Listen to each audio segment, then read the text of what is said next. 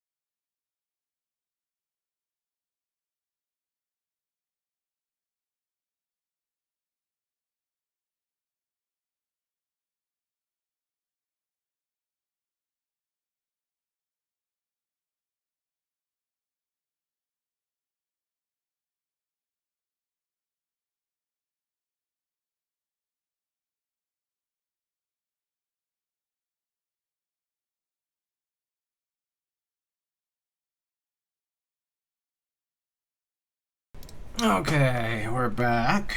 All right. So today we are building 2 keyboards, and let's get this done. So I have a number 2. This is the raw stonewashed version. Stonewashed top and I think waves bottom. So, but it's the raw aluminum version. And here we have it. And I was sent stuff here. Okay, so let's see, that's gaskets, bump-ons. Bump-ons? Oh, it's missing bump-ons. Okay. Let's see. So that's for the case. We have our, oh, I need to do the build command, the new one. So let me do that.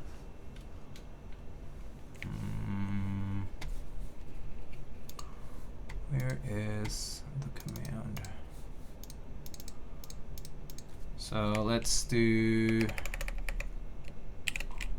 a number 2 by Keycult. It will be built with we have cherry, MX, brown switches. These are lubed with oh no, I can't type 0. How do I don't know what 0 is on this, on the layers of this. What's FN? Oh, is this one? Okay. 205G 0 with 65 gram springs and Deskeys films. They'll be mounted onto a aluminum full plate. And then stabilizers, we have our TXAP, right? TXAP clip-ins lubed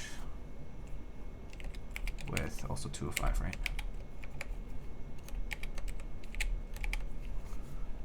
All right, that's for our new build command. Okay.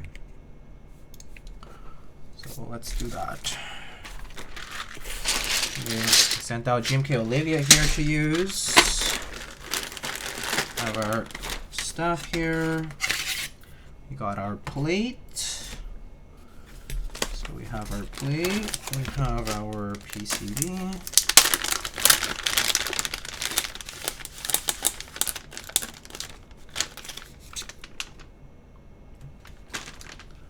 Just make sure that the diodes didn't come off. Okay, looks good. Okay. Okay, the hardboard is in there already. Okay, let's just go ahead and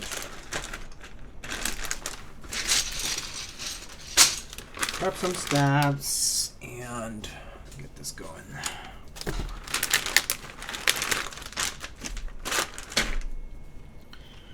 Okay, so move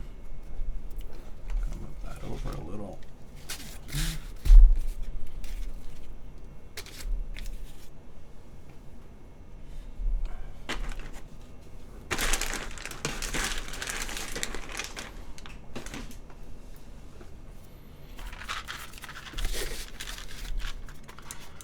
All right, let's build this up, shall we? Oh, cool. These are the colored ones. It's the white and pink ones. Matchy matchy.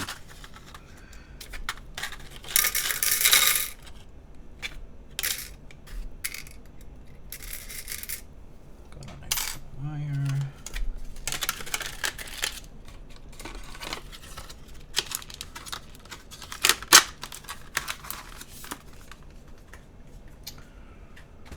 Okay.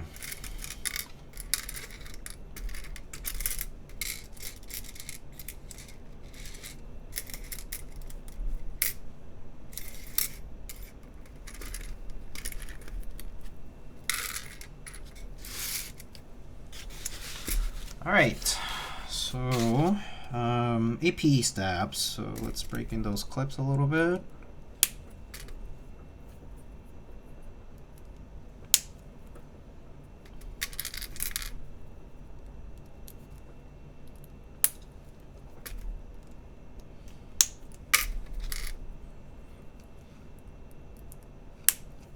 This win keyless. Okay, 7U.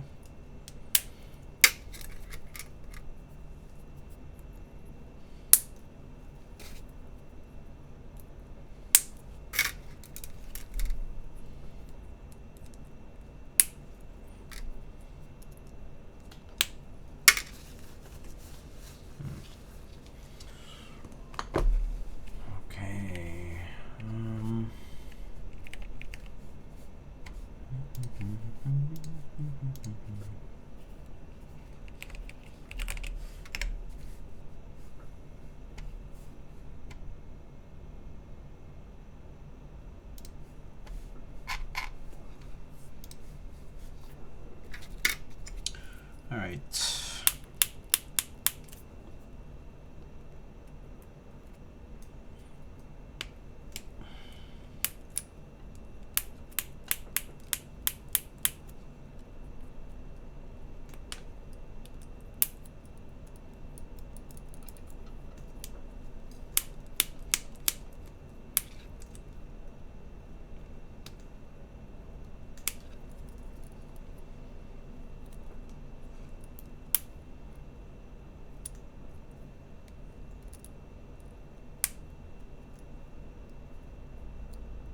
Still kind of tight.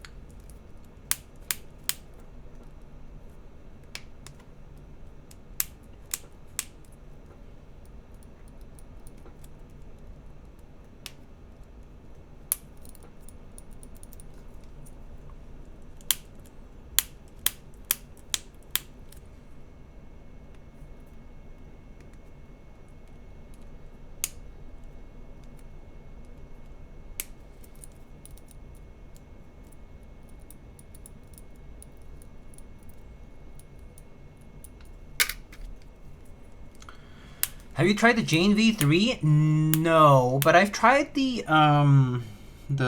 Shiva, the one that Shuangmu ran, the one with the lion. I've tried that one. I haven't tried the rubber hose one though, for example. I would imagine it's pretty similar to what the V2 MEs were like. It has pretty much most of the characteristics to be about the same. I think the main differences are mostly aesthetic differences. Right? But I have not tried I have not tried the actual V3 rubber hose Jane. I think that's the only V3, right? What other V3s are there? Is that the only one? I mean, I guess there was the monochrome Dolce one, but that was like not produced yet. And then I don't know about the laminar red alert one. I think that one was also a V3, but also I don't recall seeing that. But I would imagine the V3s are pretty similar to what the V2ME and the TGRC, like the Shrungmu version is like. I don't think the plate design has changed. Like the mounting, right? I might be wrong, but you know, let me know if I'm wrong.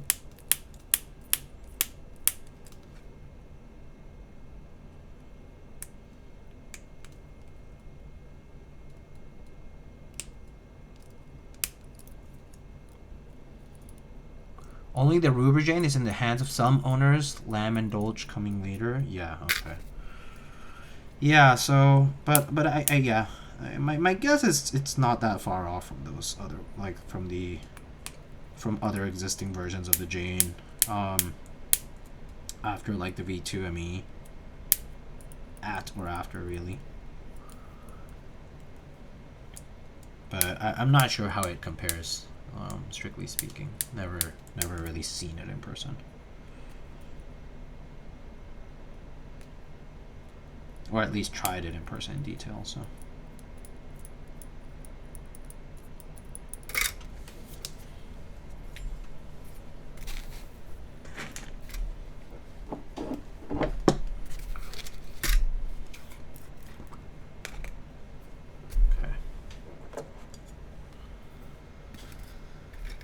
do this. So we have inserts and my brushes here. Okay.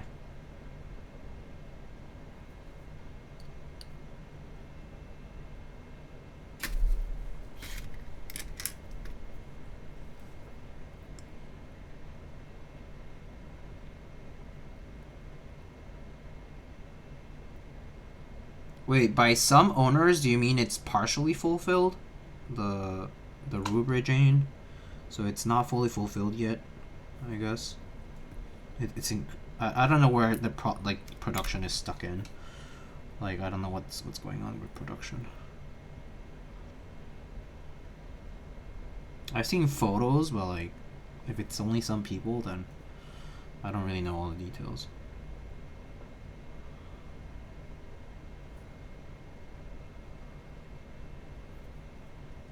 Some are still waiting for them in Europe, for example. Oh, okay.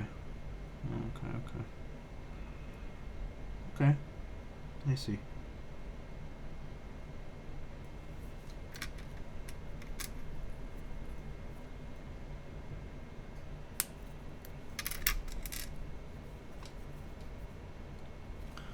Good afternoon, Mr. Frank. How are you?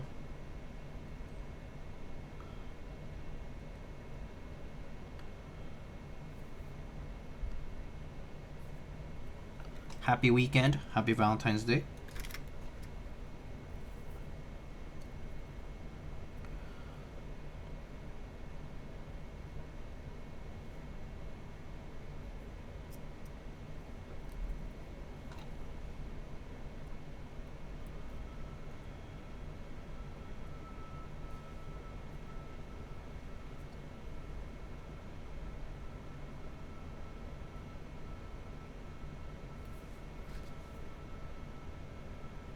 I was saying earlier that in Mexico, Valentine's Day is the day of love and friendship.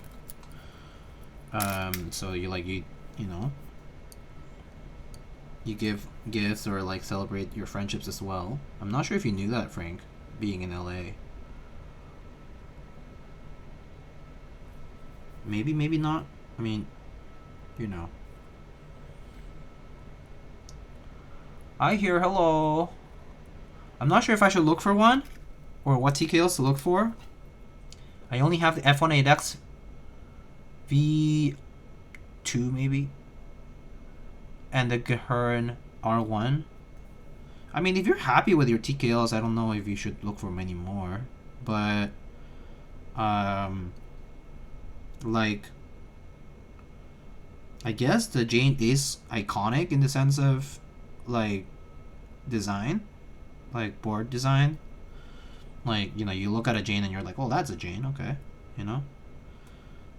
There are a lot of boards that use the same plate, right? Like the Jane style plate. So if you've tried one, you've tried most, kind of thing. That's for sure. That said, you don't have to get a Jane, you know.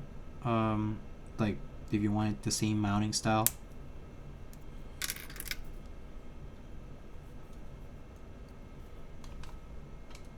Glare TK would be a great option to own. Glare is nice, yeah. It looks nice. I don't remember trying one.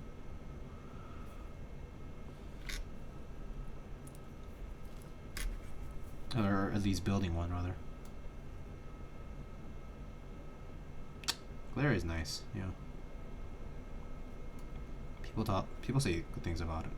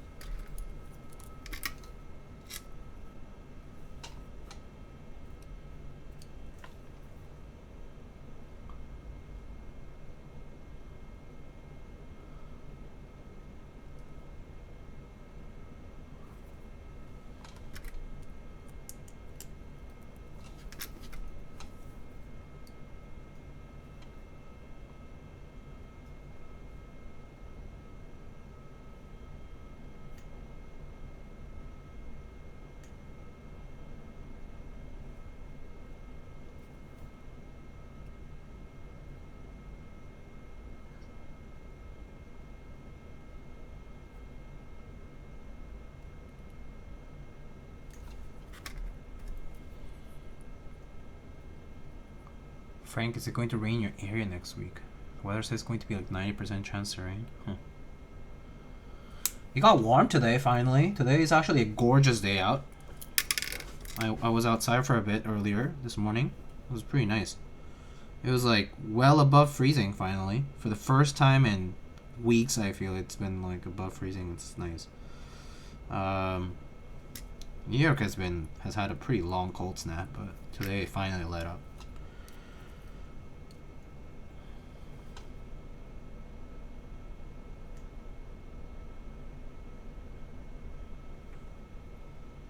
Our weather's so bipolar. Rain is so random. What the hell? Yeah, I mean, yeah. California and rain, it's tough.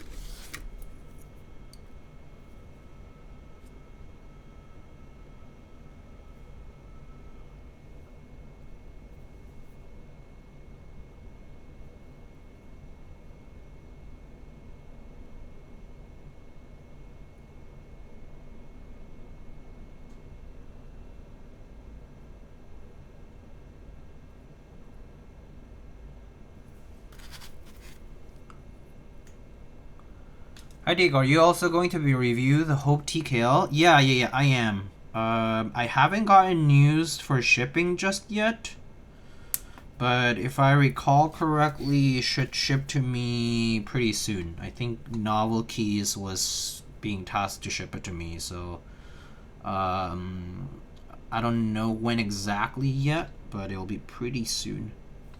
I think this coming week is probably the answer to that.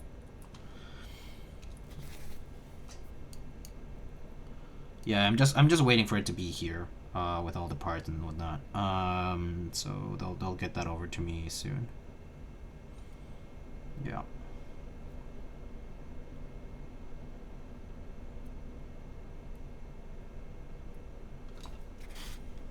And I think a few other people are too building it.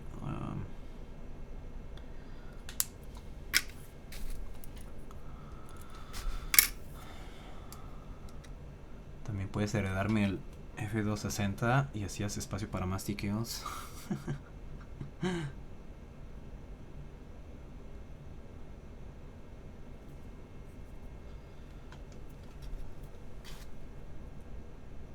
Looking forward to review. Oh, no problem. I don't know what's the best way for me to do that review, in the sense that I'm not sure about time zones. I'm not sure where the ideal time is. I mean, I'm expecting it's probably gonna happen during the week, which means it's, for me, that's I work during the week, so it would be like an evening time during the weekdays. Ends up being like morning / whatever in Asia, and then nighttime for most of us in North America. EU time, as unfortunate as it is for us, the designer of the board, it's hard to accommodate a time that works for them, unless it's a weekend.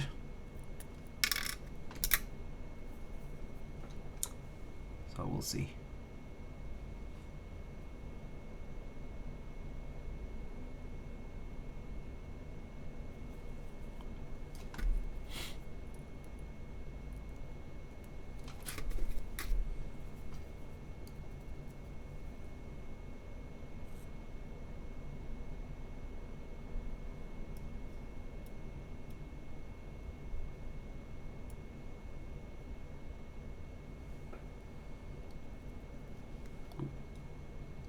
Much.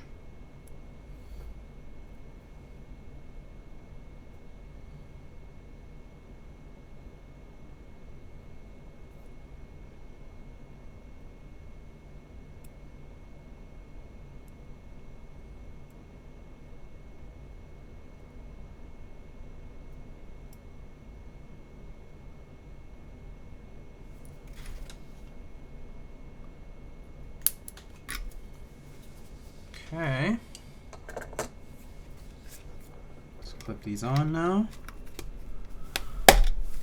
How is that keyboard? The small one? It's a Canon Key something, right? Yeah, it's called the Bullet Train from Canon Keys. It's I did check it out earlier, but I can talk about it. Since today is actually the dedicated date to talk about it. So it's called the Bullet Train. It's a small form factor, low profile board. It's 0-degree typing angle if you want it like that, but otherwise you can put these clips to make it 5-degree typing angle. It's pretty comfortable to use, actually. I like the travel and the Gateron KS33 style switches. Even if it's like low profile, I think I prefer it a lot more than chalk switches. And it's also like, this is pretty light and portable, so that's pretty nice. And frankly, the typing assembly, the mounting system for this is very comfortable to use. So I liked it a lot, actually. I think for the intents and purposes of this particular design, I think it's accomplishing what it needs to do. It's pretty good. I like it a lot. I think the cost is like 170 if you're doing wired, and then 200 if you're doing wireless. But yeah, it's pretty good. I like the keycap profile for it as well. The PFF style switches. I mean keycaps. But yeah, it's. I mean, this one is a sample for the keycaps, so this particular keycap set will not be available for the group buy. But if there is demand, they do plan on running something like for it. But they will have, they have WOB, white and black, and a beige set called Verdant Retro for it. Yeah. So no, I think it turned out pretty nice. I think Upas and Canon Keys did a pretty good job with this board. Of course, you have to be aware that it is a board that is you must know what you're getting into in terms of it's a 40%, so you have to use layers to get numbers or FRO keys and things like that. So as long as you're aware how to use a 40%, that's fine. I think it has all the comforts of the 40% stuff and the portability aspect, but yeah, like it's definitely not for everyone in terms of layout and whatnot.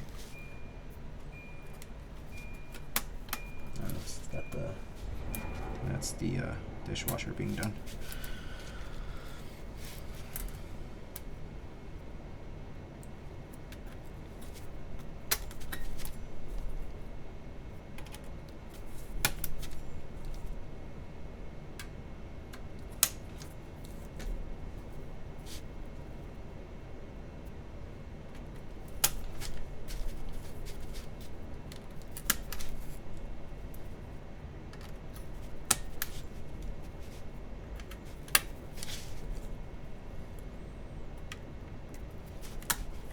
Oh yeah, I actually don't remember. Am I using oh, okay.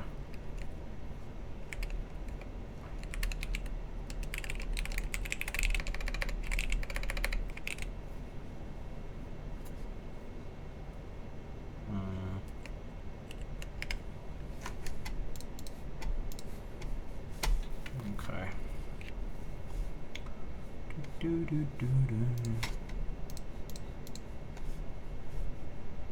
See. Step cap, 7U. Okay. Pretty standard. Standard stuff. Okay.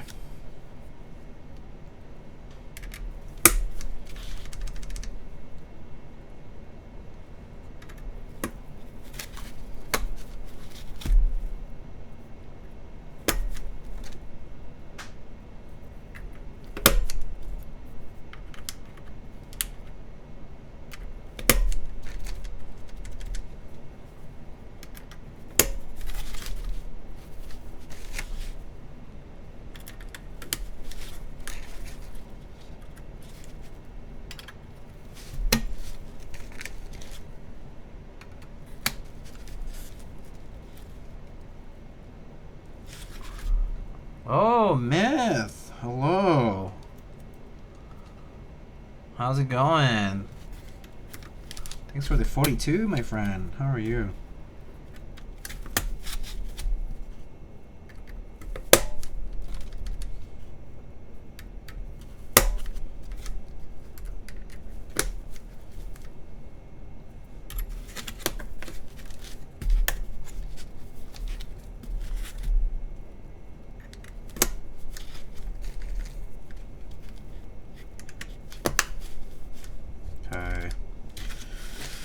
I should test my stabs now. So let's do that.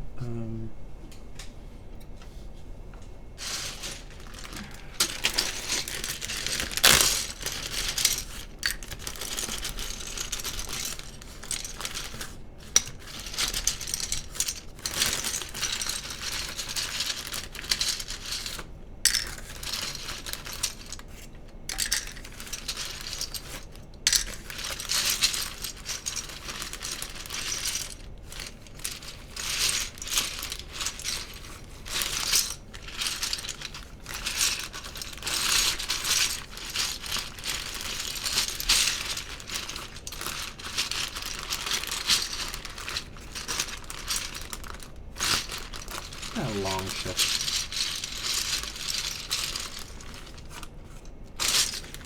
So I'll test these for now first.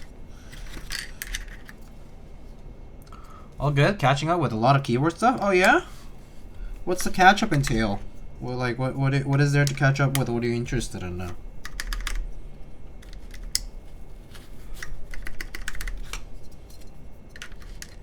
How's it been? Life keeping you busy? Other hobbies?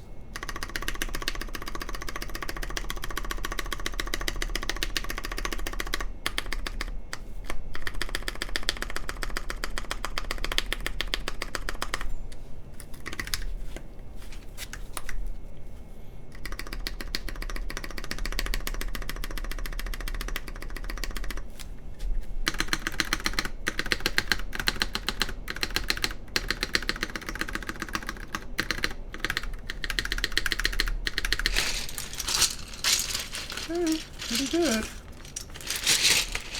Right shift.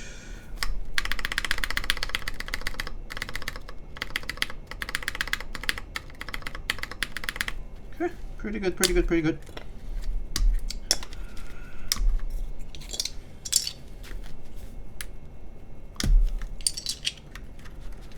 Keycult still have their CNC? Yeah, they do. They do. They still put out their raw kits in 65 and TKL. The number 2s. For the other designs, they do outsource, like the novel keys runs and whatnot. Yeah. Nice plate color. Yeah, I think so too. Obviously, I don't know where this was anodized and all that, but it was sent to me like this, so it looks pretty good.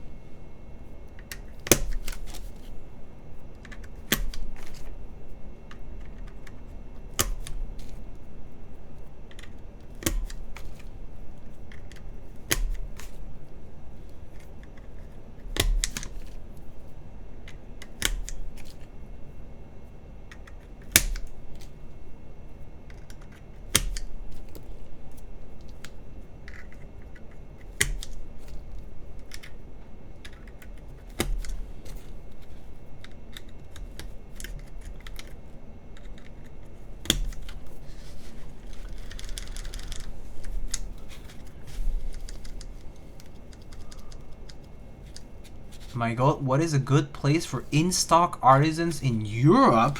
Oh, in Europe? In Europe, I'm actually not sure.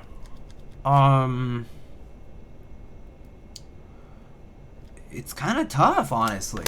I know some North American makers who have stuff in stock, but in like Asia, but like not in Europe. Europe might actually be kind of tough. I'm actually unsure.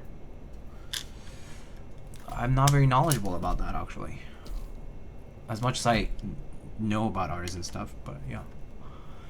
Navid, the Keeb guy, hello. Thanks for the raid, hello. Weiron, hello. Navid, how are you?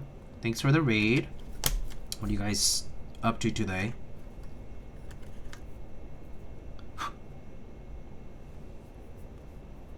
In-stock artisans, holy moly. AliExpress, yeah. AliExpress, Etsy, I guess, but I mean, like, it depends on what you consider. Like, what's your definition of artisan keycaps? They range a lot. There's a very big range, but if you're looking for, I mean, you could also ask around in the, like, you know, in like secondhand market stuff. Like, you could look around like Mech Market or some of the European servers. Like, you could ask around. I mean, there are people like, I know collectors from like Germany,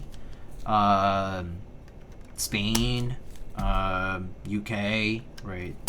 You know, but yeah, I know collectors from like places in Europe, but like it's like but I would say I'm not sure where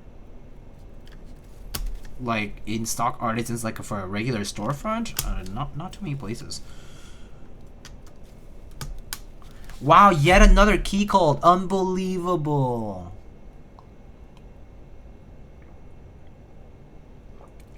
Built a Class 65 V3. Oh, nice.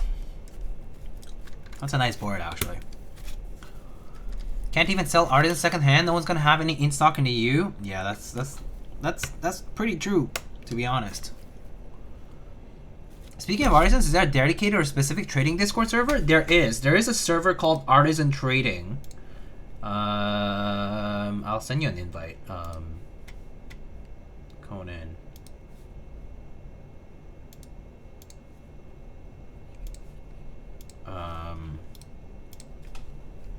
Or I'll tag you rather. Wait, Conan, are you in my server? What the hell? Why is it? Why are you not popping up? Man, I swear to God, I hate Discord sometimes. Conan, just go to the artisans channel in my server. I put the link there. It's weird sometimes. It doesn't like find certain people sometimes. Does it happen to you guys?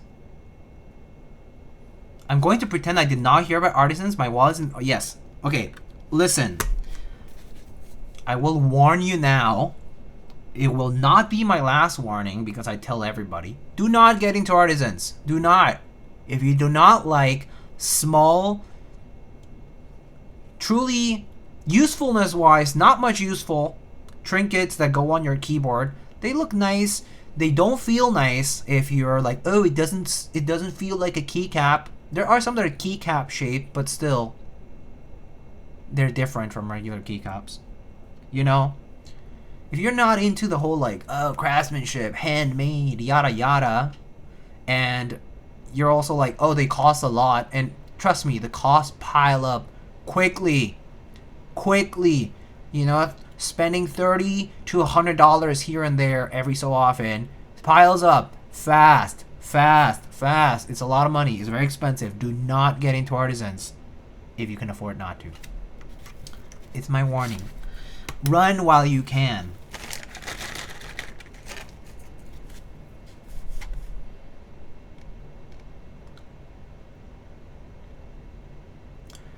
Why Europe artisan game so weak? Many reasons. Number one, not many artisan makers in Europe. Number two, regulations and materials. It is more difficult to obtain certain things in Europe. From pigments to the resin itself to like the pressure pot and all the components that you need to make artisans. To become an artisan maker is not the simplest thing, and there's not as much incentive for you to do it. If you're only a consumer, if you're a person who's just buying artisans, you're paying taxes, right? You're paying import duties on that, so it's expensive. Basically, bottom line is economy. You know, it's financial reasons. It's not as easy, and there's not many makers based in Europe. There were some before, but not. There's really not many.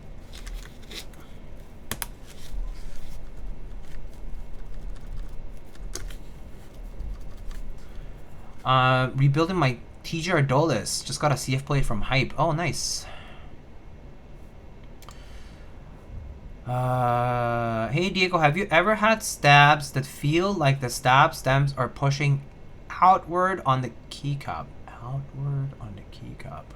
So you mean on the stem side? Like, pretend this is a stabilizer stem, but like the stems are kind of thick or something, or making your stabs bottom out weirdly. It can happen if your stabs are not mounted properly.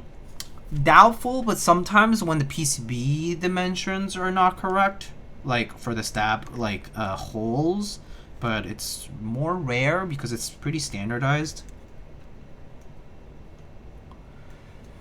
I had to stop buying artisans when I hit 150. I was buying around 10 a month and got tired of being broke. Yes, super important. Are there any 10 key XT column macro paths? There is one that I know of, and that is the XT, I think it's called, from Simon Court had it. It was the one by the Bloody Easy KB. The Bloody Easy KB did a like a drop or like a group buy for it. It was called the XT or something like that, and that was like an XT column based like macro pad. That's the only one that I know of that has that. Oh, or the Hebe one also is a knob and macros in the vertical columns. That one also is kind of, it's not quite XT, but it's XT-like in that sense. I think those are the only two that I remember off the top of my head. Do it, this is not financial advice.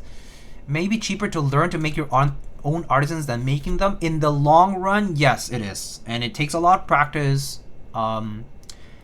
Every aspect of art, if you're into art at all, if you want to paint, if you want to draw, if you want to make artisans, if you want to sculpt, practice makes perfect. You have to practice, and that's what makes you good at it. And so, you know, it's all about discipline. So the people who get into art, like, you know, they really and get good at it, is because they have that work ethic, I think. Yeah. Is that unit raw or coated? This one's raw. Raw! It's fucking raw! Yeah. Looks at the top of the stream. Yeah, valid, I guess. Yeah, do not get into artisans if you don't want a money sink.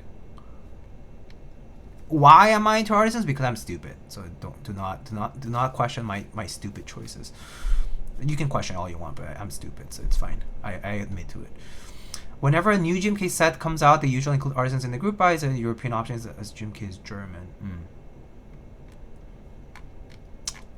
Also, got my bias I ordered 4.5 years ago the other day. Things are happening in Bion land. How about the refunds? I have a friend who has been waiting for a refund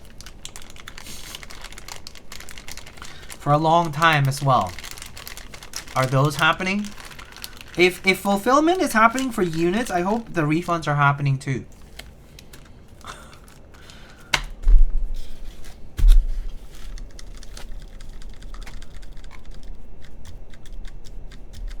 I don't have the capability to just forget about a 700 euro purchase. Yeah, right. Do artisan collectors consider the artisans that are sold with GMK sets real artisans? Artisans that are sold with GMK sets? Oh, you mean like the metal keycaps? I personally, so I'm an artisan collector, and I personally consider them to be metal metal keycap novelties.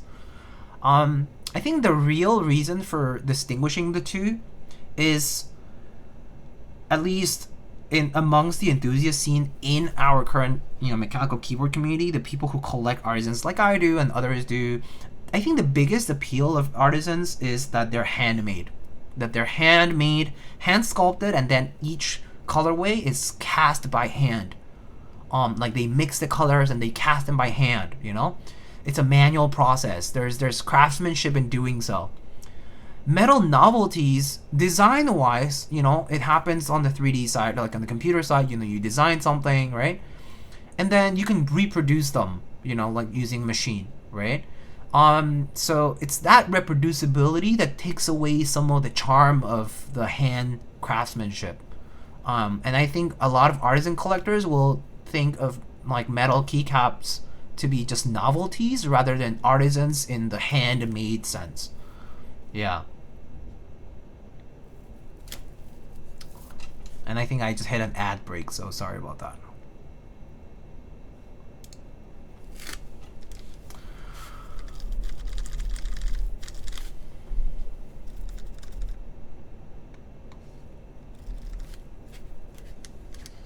I imagine refunds are coming after the 3 unfulfilled GBs. Oh dear, it's gonna be a long time then.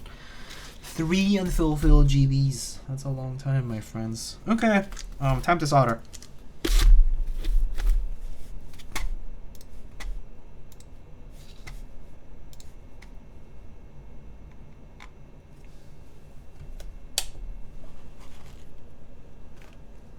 I love MBKB's novelties. Yeah, I mean, you know, you can like whatever you want, right? I also have a lot of metal novelties that I like. But yeah, they are a separate category for me. For me, artisans and like novelties are different. Are robots modeled in 3D? There's a lot of keycaps nowadays that have been in some form modeled in 3D. Like a lot of Art Key Universe, Art Key Vietnamese maker. They mix a variety of hand sculpting and 3D design. So there's like things like that. Robots are notably one of the old artisan sculpts that had a 3D component into the design and like a CNC component to it. So like that kind of contributes to its like clean boxy look, right? So but like the colorways themselves, like the keycaps themselves, after the mold has been made, they're cast by hand. So you know the where you decide to distinguish the two between artisans and novelties is up to you. It's a personal choice. Collecting should be a personal choice. If you want to collect novelties or artisans, or you want to call novelties artisans, is up to you. That's fine. But I think in the general community sense, a lot of people in the community who collect artisans are drawn by them because of the handcrafted nature. But not everybody will agree with this. It's all relative.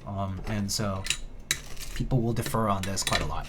I've seen you know opinions from all sides of this whole discussion. Yeah. Your metal artisans are probably girl DC. No, I mean I do have like Rama and Salvin and like those caps too. You know. Yeah. Plus, artisans are generally limited in the number that are made, so they are more rare. Yeah, I mean, so for example, me, I personally, I don't care nearly as much about rarity as I think some people do. Like if something's accessible and it's cool, I'll probably want it anyway. But there are people who are attracted by the fact that they own a one-off or they own a 10-off or something, and it's them and that small group of people who have it, and it makes it unique, it makes it truly yours, all that kind of stuff. So a lot of arguments to be made there. Like I do have like rare stuff, but it's not necessarily because it's rare that I like it. It's mostly because I like the subject of the thing, and then like the style and like consistent style throughout the maker's work and that kind of stuff. For some, it's like a more parasocial thing. They associate the maker, like the art, you know, and the maker, and so for them, it's like them liking the maker makes them like the art itself, and vice versa. They like the art first, and then they like the maker, and then they support anything that comes from that maker, and so on. So yeah.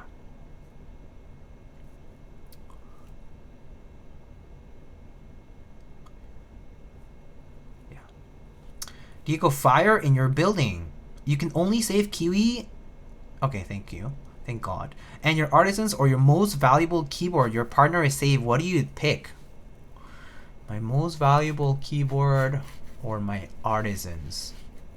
I'll take the artisans probably.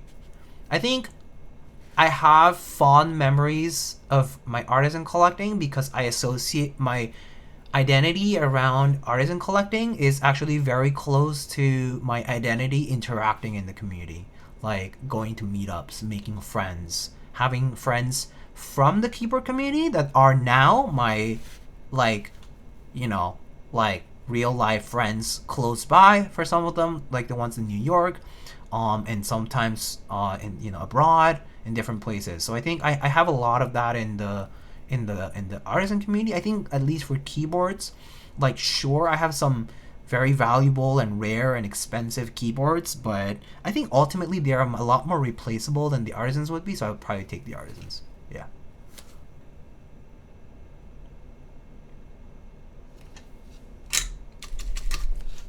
So I think there's a bit of all that, right?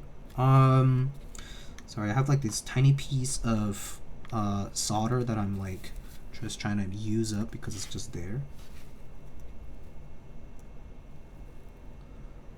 I'm not sure that's gonna melt.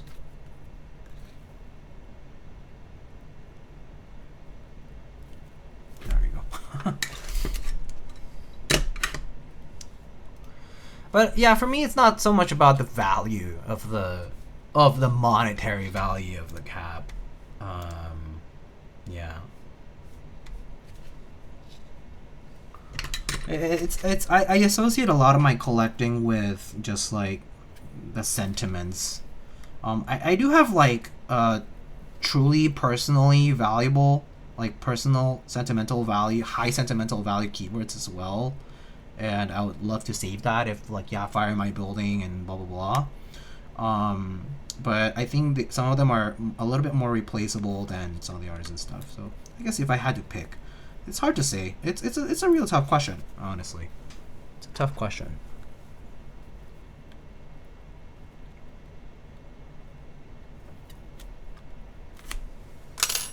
Okay, I've used up my random spare piece of solder.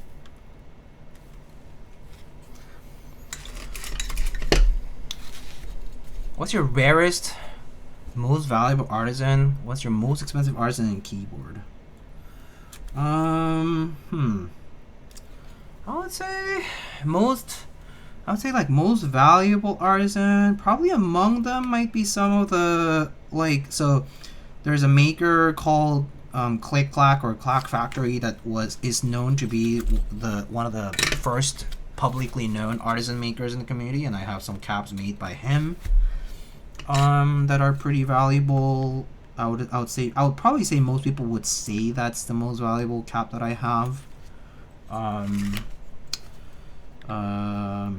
then if you didn't hear about it at some point, I did rescue a batch of wing nuts, which was the Deskeys like awards keycap trophy sort of thing, and they're like lost in between the ownership changes of the story, and I rescued some of them and from the past ownership, and have that in my collection as well right now, which I just bring to meetups. That some people might argue is of value too. It's technically not the rarest actually. It's actually much less rare than a lot of other caps out there, because they were made in multiple batches for these events. But I guess in terms of like event value, they have a high value for sure, subjectively speaking, I guess. Keyboard wise, probably, I mean, the rarest might be like some prototype that I have. Like, could be the Ion Rogue prototype, or it could be the Keycult #1 prototype, for example. Most expensive, I'm not sure what's more expensive now, but it could be either my 356 Mini or maybe my it could be either my 356 Mini or maybe my Jane. I'm not sure actually which one's more expensive, but in terms of aftermarket value, I don't keep track, so I don't know.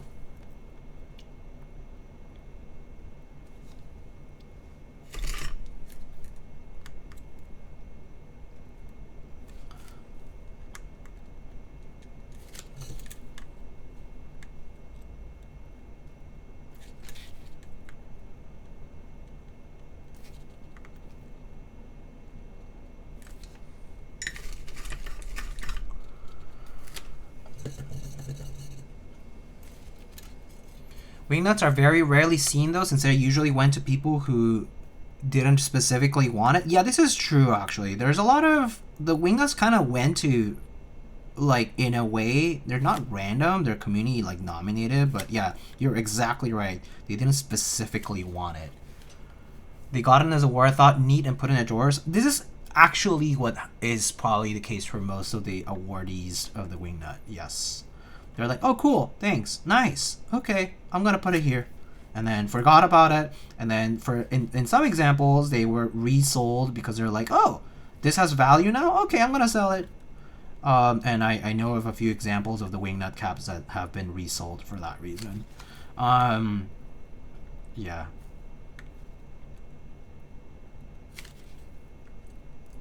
So there are a few wingnuts out there that are not with their original owners for obvious reasons.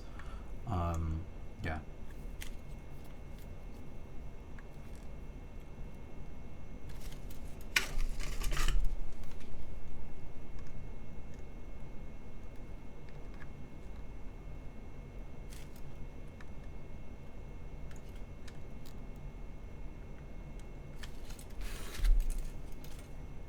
Hey, the Adept, how are you?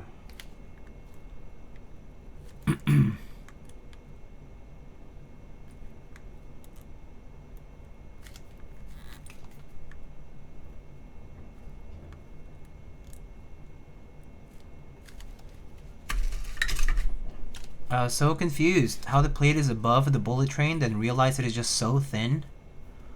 Yeah. It's a very thin board, yeah. So the way it is, it's basically just, you know, it's low profile. The plate is on, like, just goes straight to the top piece, and then there are gaskets at the bottom of the PCB that kind of prop the assembly up inside of the case, but the case itself is very thin and small. It's like maybe like half to 2/3 of the thickness of a regular keyboard in terms of like full side thickness. So really not very big.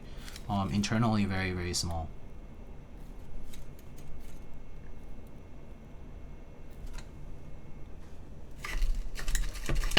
And you have foam underneath? Didn't even notice. Yeah, I have the plate, like the PCB plate foam. It's like super thin. It's literally like the thinnest sheet. So yeah.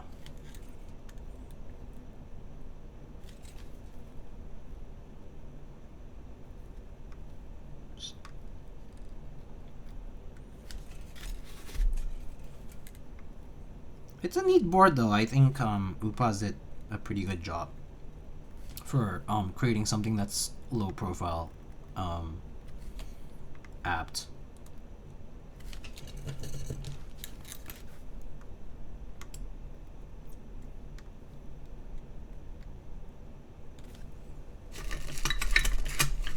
Doesn't your solder flux go everywhere when soldering? No. So the key part of preventing your flux from going everywhere is proper tinning of your solder tip.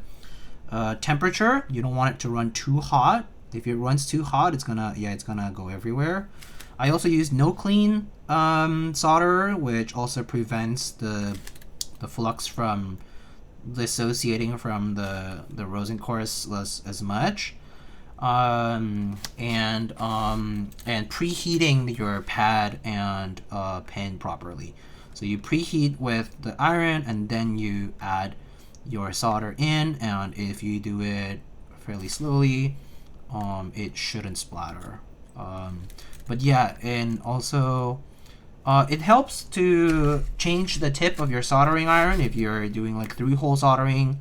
Chisel tips tend to be a lot more convenient than pointed tips. The reason being that heat transfer for pointed tips, you are essentially isolating the thermal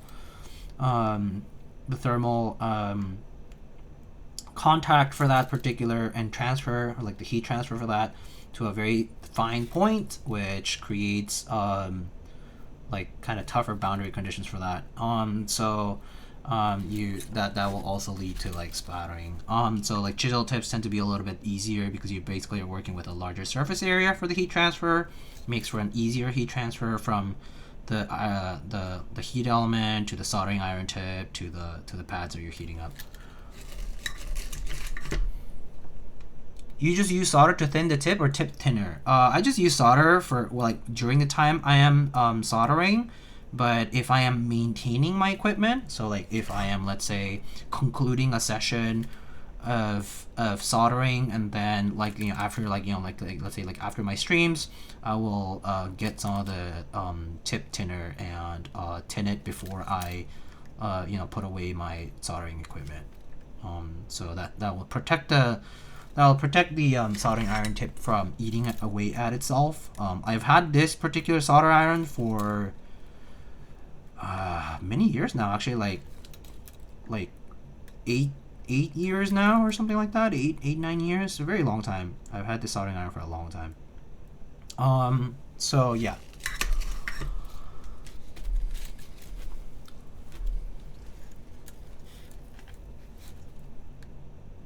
But yeah, it's probably associated with either high temperature or feeding the solder a little fast, and or not preheating like preheating your pads, so that basically the heat transfer is more like uniform when you're like feeding the solder in.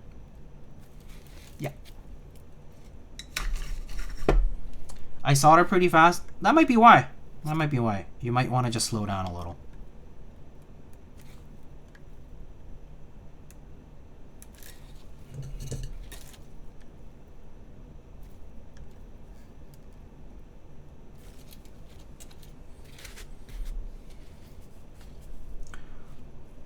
Soldering fast or have more splatter? Yeah.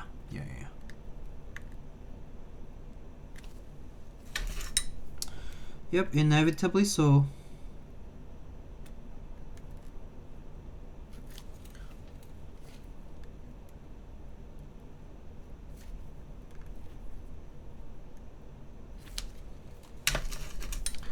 Do you use flux when soldering keyboards? So the type of solder that I use, so I use Kester 6337 leaded solder with no clean Rosencore, right?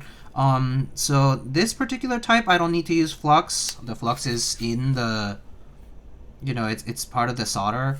But when I am, for example, doing sensitive electronic equipment, like electronic repairs, or like if I'm doing desoldering of small components, like for example, like surface mounted stuff like diodes or microcontrollers or resistors, you know, whatever, what have you, right? Like if I'm doing any SMD work and I need to have like even transfer of the heat for like removal or even for soldering on things on SMD, then I use flux. You can buy, you know, flux from like, what is that, like Chemtronics or like like a bunch of different companies. Those are pretty widely available as well, so flux is pretty cheap.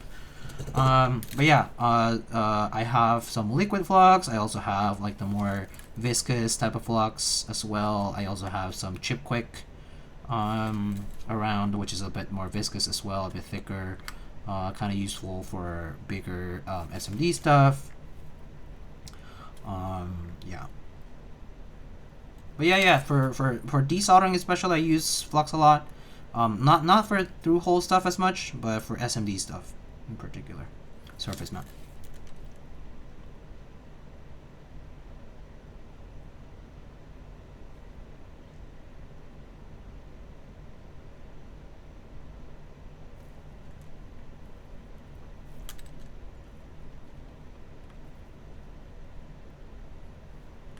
But yeah, technically good practice is that after you're done soldering, because the flux is indeed in the solder, is to clean your PCB afterwards, like with alcohol and whatnot.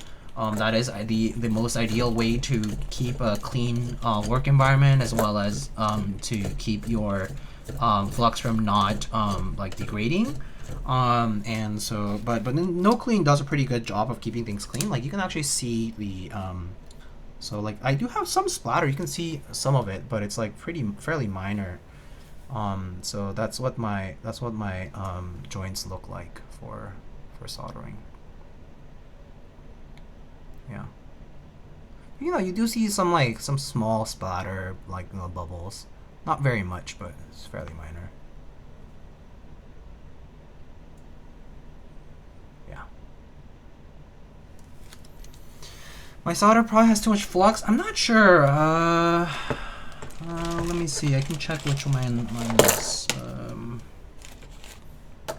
Here's my.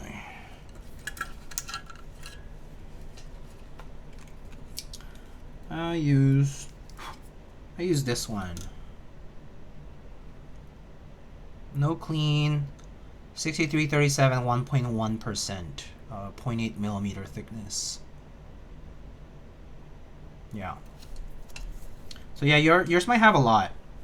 Yeah, the no clean versions tend to have a smaller amount of flux in there. So there's a bit of that.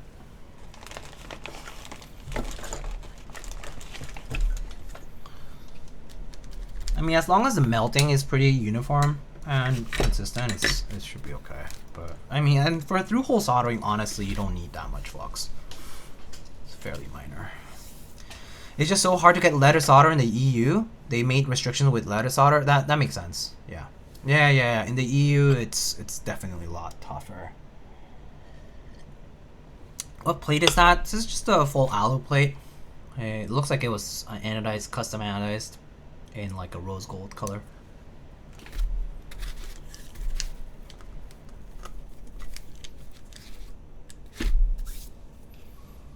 I didn't see.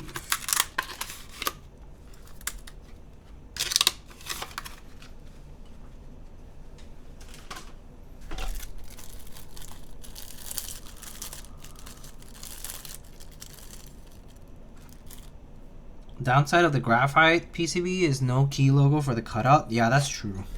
That is kind of a bummer. It would have been nice if they just kept it there, but I guess the graphite ones are more they're generalized for use in other boards too, non-Keycult boards.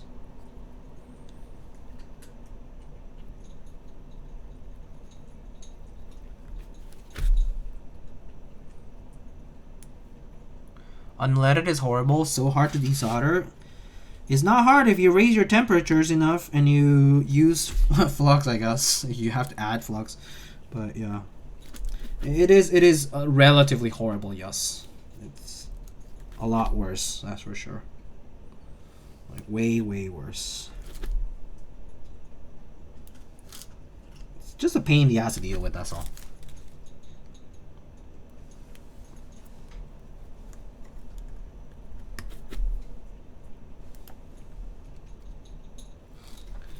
Fumes are actually more toxic than leaded solder? Oh, I see. Huh, interesting. I didn't know that, actually. I didn't know that.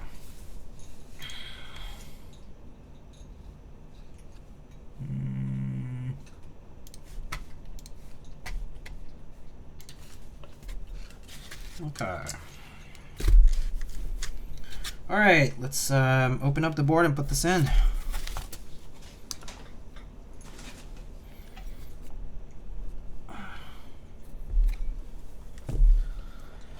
Put this into the case. I think.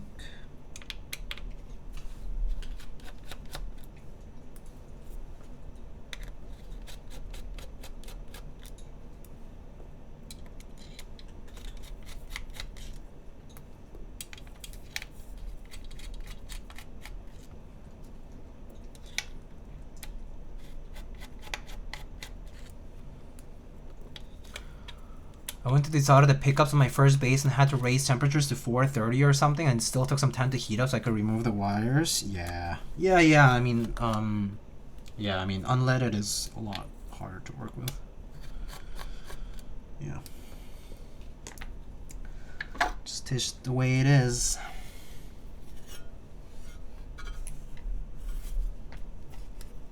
What kind of plate is that? The plate? This one's aluminum. This is all aluminum, actually. This is a raw case, so the top is stonewash finish, but it's raw technically, so it can tarnish if exposed to the elements. That said, it does take some serious work for it to tarnish a lot. It really depends on the environment you're in. Obviously, humidity won't help too much. Oh, hi, Kiwi. Oh, Kiwi just came up to me. Not sure if you guys were able to see, maybe not. Oh, cutie.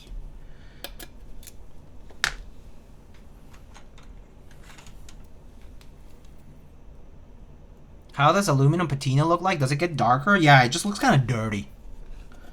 Generally speaking. It just kind of gets like a dirty look. Kind of like splotched dirty. It's not technically patina though, it's like... It's just tarnish.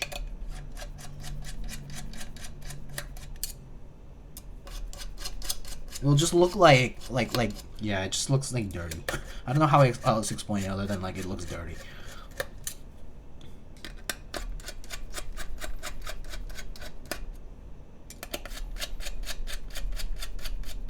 Is that bottom alu raw or SS? It's alu. It's all aluminum. It's a full aluminum case.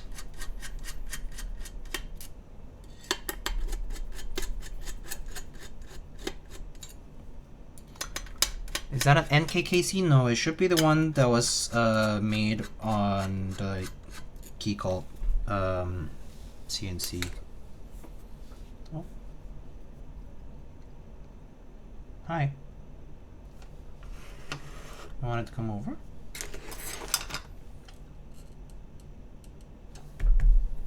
Okay, fine. Make space for you. Come on. No? Okay. He's being cautious.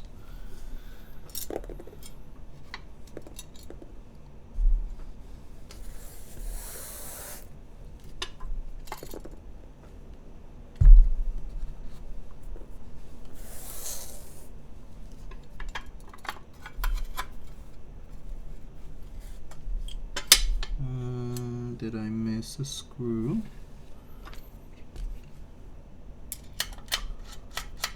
It's aluminium. Yes, aluminum, aluminium. Yes, yes, tomato, tomato.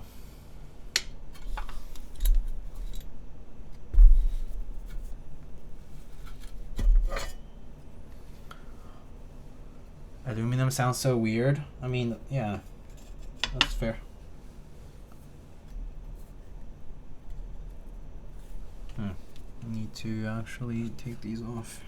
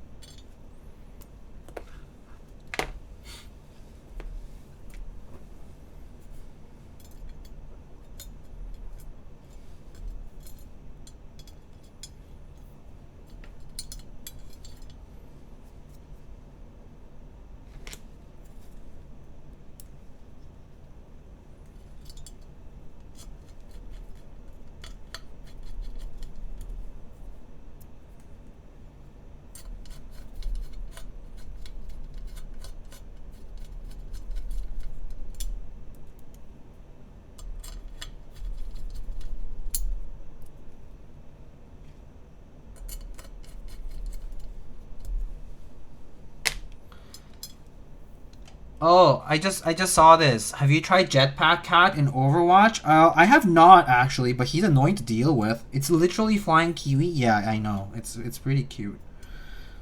The new heroes are kind of fun, but it almost gives a different vibe to Overwatch. Some of them, but I mean they're fun. They're fun. Okay, let's see.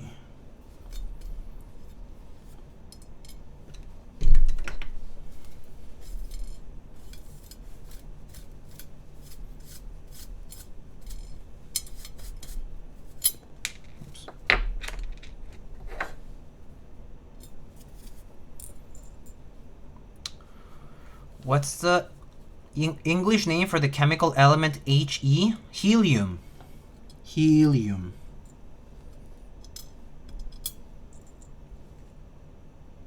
Is it MX Browns on aluminum? Yes, it is MX Browns on alu.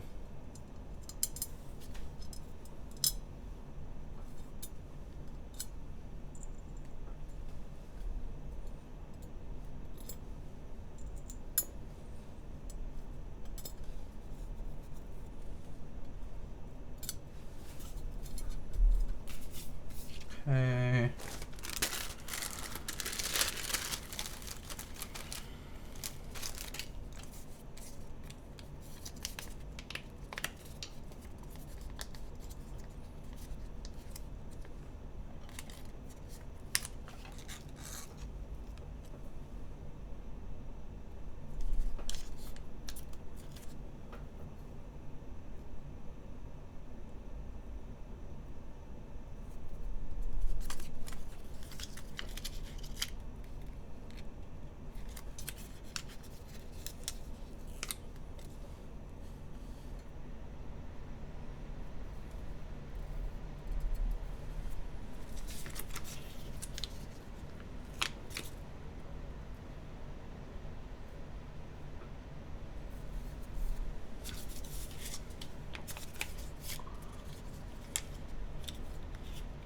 It's the shorter one, right?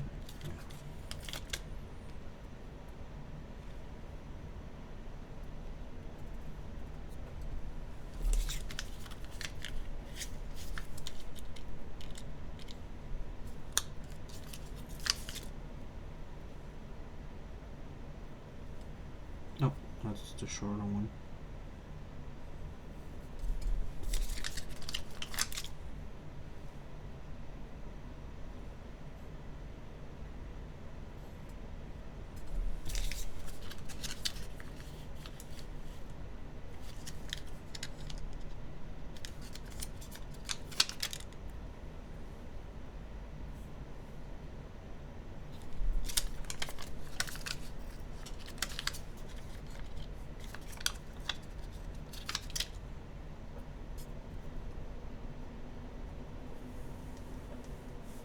Oh, is this the short one too? Yeah. Oops.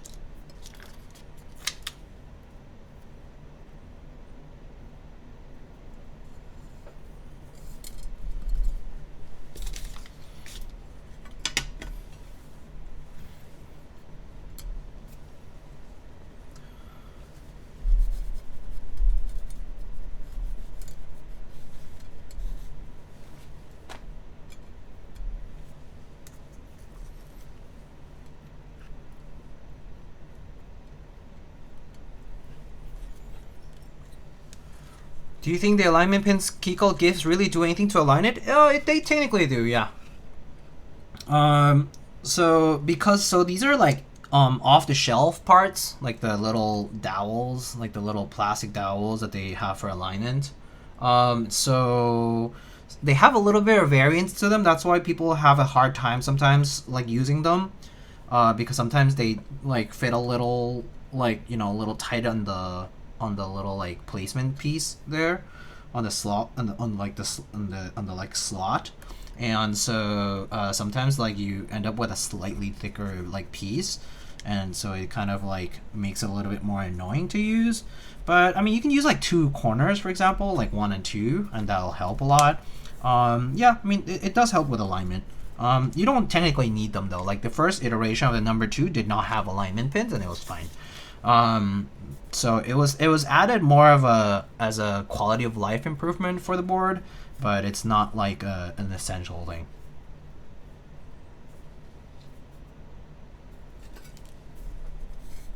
Yeah.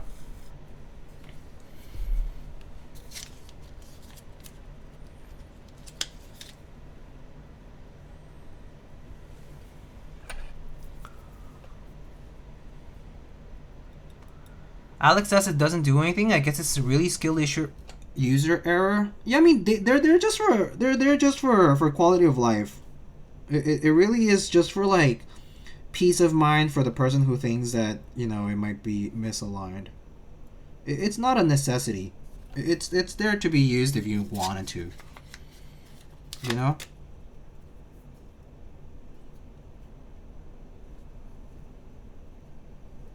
But yeah, do they do anything in particular? I mean, they just help.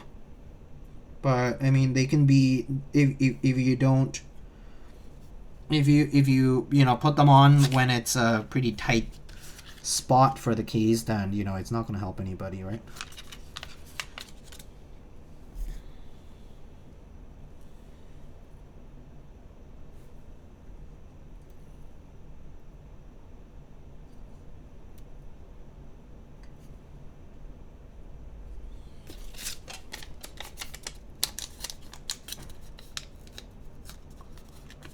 When I have a number 1, the pins didn't fit into a case, only used 2. Yeah, they can run it kind of tight, so it is it's a bit of a luck of the draw because these are off the shelf parts.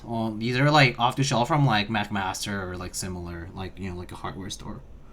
So they are like there is expected variation with them, and the like the holes that they made for them, it's a pretty narrow tolerance for this, so that's really the why.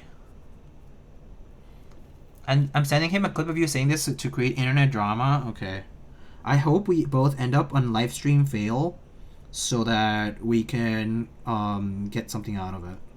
Please, please. My audience was shrinking as it is already, so might as well get some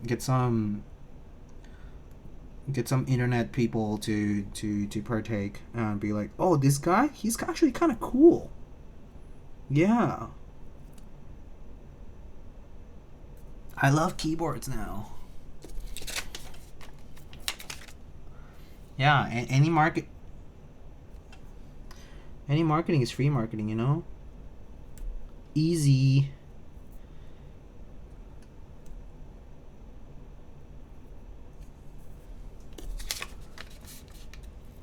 Diego, when you go get a haircut, how specific do you give instructions to your barber? So I currently go to a salon, but when I would go to a barber, I had specific measurements. Like I was like, use the number 5 here, use the number 2 here, how many inches left at the top, that kind of stuff. So like the way I did it first was I explored a little bit with the barber, like as in like I was like, oh, I kind of going for like a short hairstyle, and I like the sides a little short, you know, sideburns like trimmed this way or whatever it is, like not so much left too short at the top, because if it's too short then it kind of stands up a lot, that kind of stuff. And then I asked my barber what clips he used to do that, and then I took notes.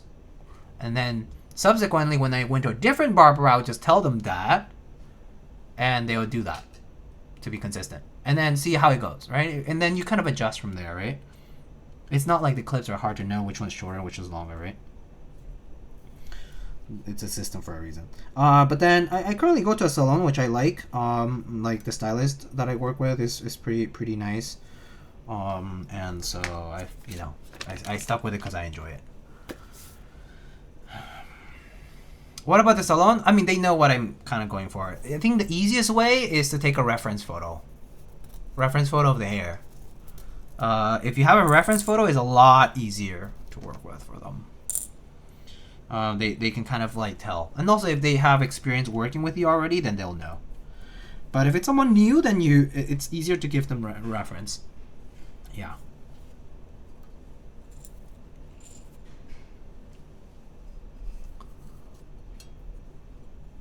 Make me look majestic. Yeah, that works too. I mean, sometimes I'm just like, I want something different. So I'll be like, dealer's choice. Go crazy. And they sometimes won't go crazy. You know, they'll just be like, I played it safe here because I didn't think you would look good, or I'm not used to seeing you like that. So they'll just kind of do that. Then sometimes they'll just kind of go crazy and like do something completely different, which is fun. Yeah, I guess it really depends on what your rapport level with your stylist or hair person is, like your cosmetologist. What does the 2 mean for you? I don't even remember. It's like the clipping, like it's like the barber clip system, and like for the little for the clippers. Oh shit! Did it fall? Oh crap! I think it fell off the. I can hear the screw rolling around. Where is it? Here.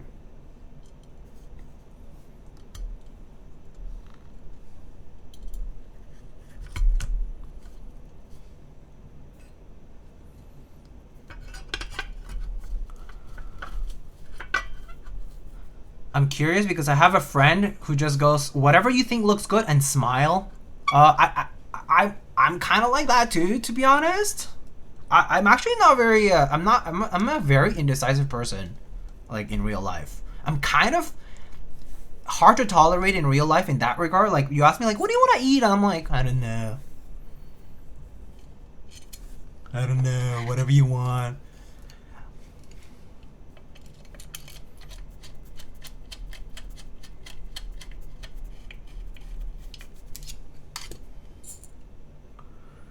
What if I want to eat shit? If you play Cult of the Lamb, you can feed your followers a bowl of shit. I heard, or I remember.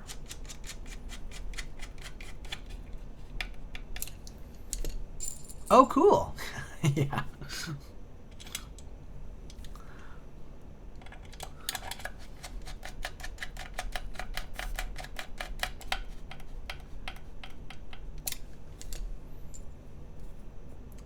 I have some leftover homemade karaage. If you want that, just pay shipping. Yo, karaage is so lit. Yummy. Karaage. I love karaage.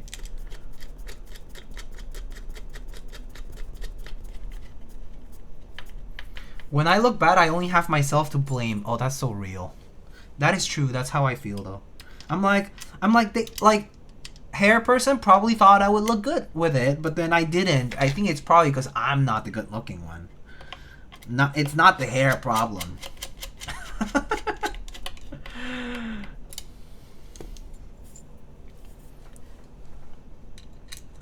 I should make a tier list for mounting styles and let streamers do it. I feel like mounting styles, though, depend on the layout, too. I've kind of talked a little bit about this, but I like different mounting styles for different layouts. I feel like gasket sounds better on smaller boards than bigger boards. I feel like top mount sounds better on bigger boards than smaller boards, for example.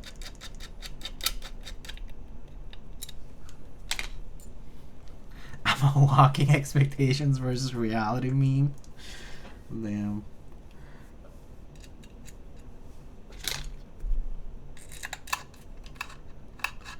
Some boards tadpole sound some sound amazing. Yeah, so in my opinion for tadpole mount specifically, 60%.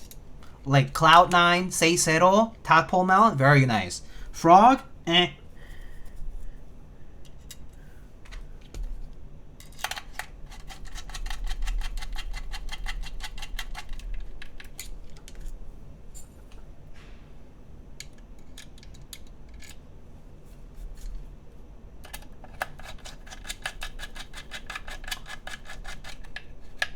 Tadpole sounds good on BBC compensator.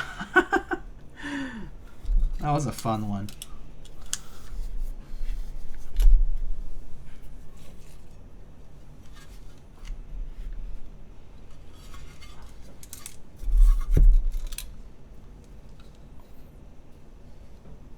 What about the elusive bottom mount? Bottom mount, not very common, right? Not very many boards have it in the first place. But from the two I've tried, I mean, they just feel stiff on TKL. I guess it's fine if you like stiff boards. That's totally okay.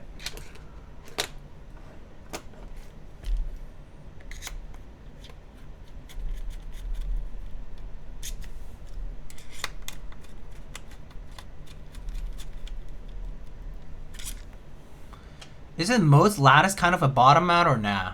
Yeah, I guess so. Yeah, I mean, it kind of sits on the thing, on the platform, yeah.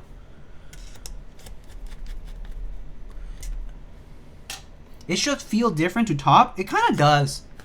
I think the problem with K-Max bottom mount is that it has so many mounting spots that it just feels like a tray in some ways. Like, it's very stiff. So like kind of like I feel like it would be better if it had fewer mounting positions, like fewer tabs even.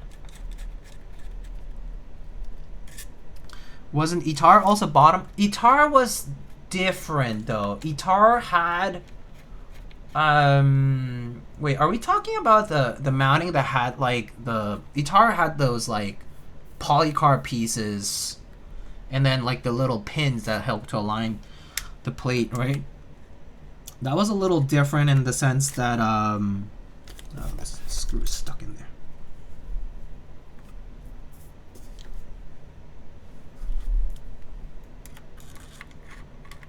Yeah, that one also was kind of it almost acted like a trampoline, if I recall. I can't tell if this screw is in the right place or not.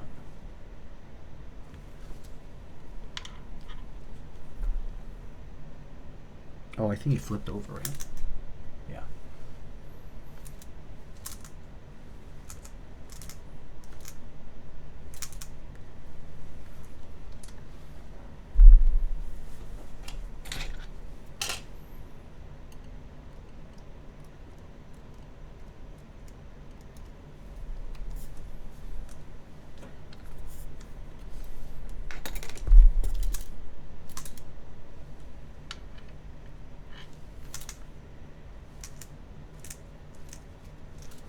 Sorry, I'm like trying to adjust this screw here.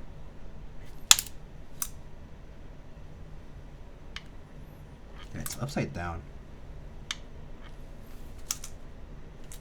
How did it flip over just now? In that narrow, tiny ass space, it like somehow flipped over. Ugh! Come on. Don't make me open this case again. Oh, I might take less time opening it up.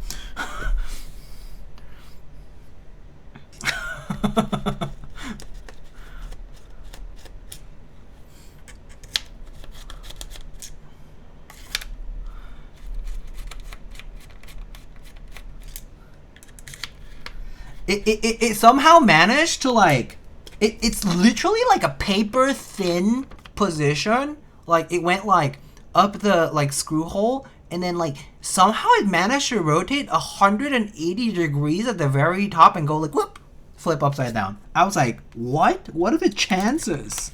It was literally right side up just now when I was looking at it from the screw hole, and then when I did the other one, it somehow managed to like whoop, and I was like, oh Christ. So it's like, what are the chances? Literally happens once every like, I don't know, 10 times you do this. When it's already like fully, like when the mid piece is already on, like those screws really have no room to go anywhere. But this one, it just decided to flip itself over. Ugh.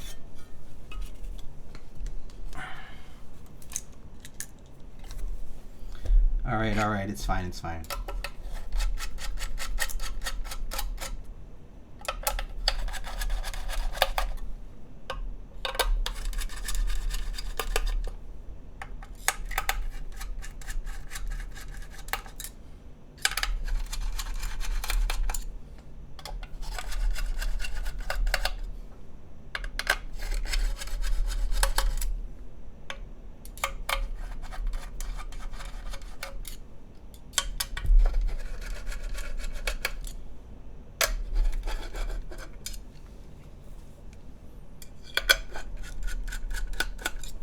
Have you decided what set you're using today? I was sent GMK Olivia to use for it.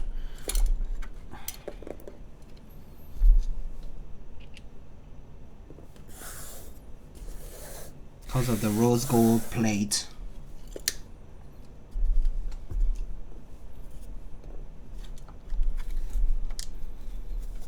Is that all the screws, or am I missing one here?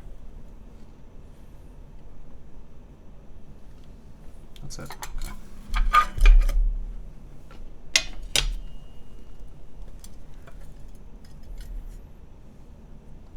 Oh, here you are. I'll just flip it over.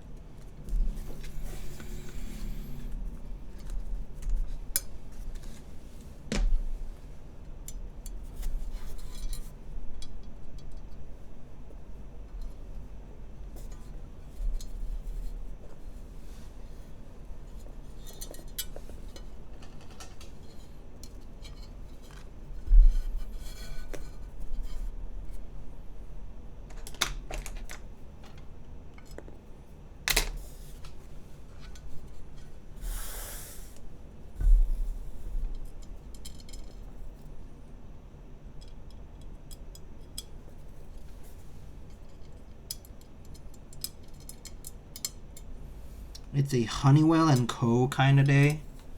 I do not have Honeywell & Co. I have a regular Honeywell. The other one, the first one.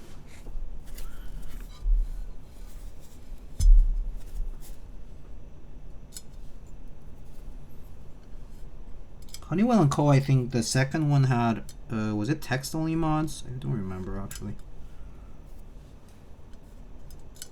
Okay, there we go.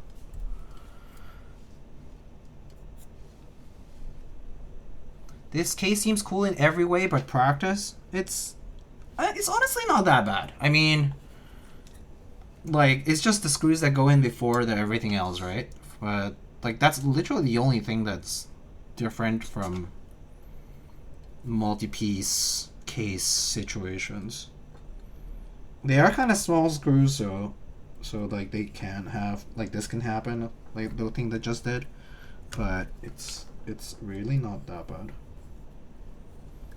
But I guess you do have to kind of get exposed to it to sort of like realize how it works. They did put a pretty detailed enough build guide or build video when they were first releasing this board back in the day, back in like 2017-18, on how to assemble it, so that was pretty good.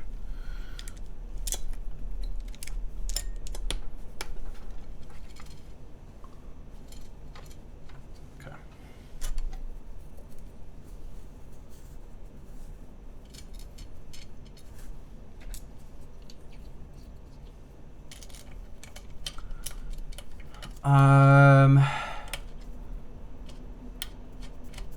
Do you get any commissions or communications from JJW about Gradient R1? He said in Discord it was H1. What do you mean H1? 69 viewers, 67 now? Wow, you jinxed it, buddy. Look at what you have done. And oh. People say H1, H2 for half? Since when?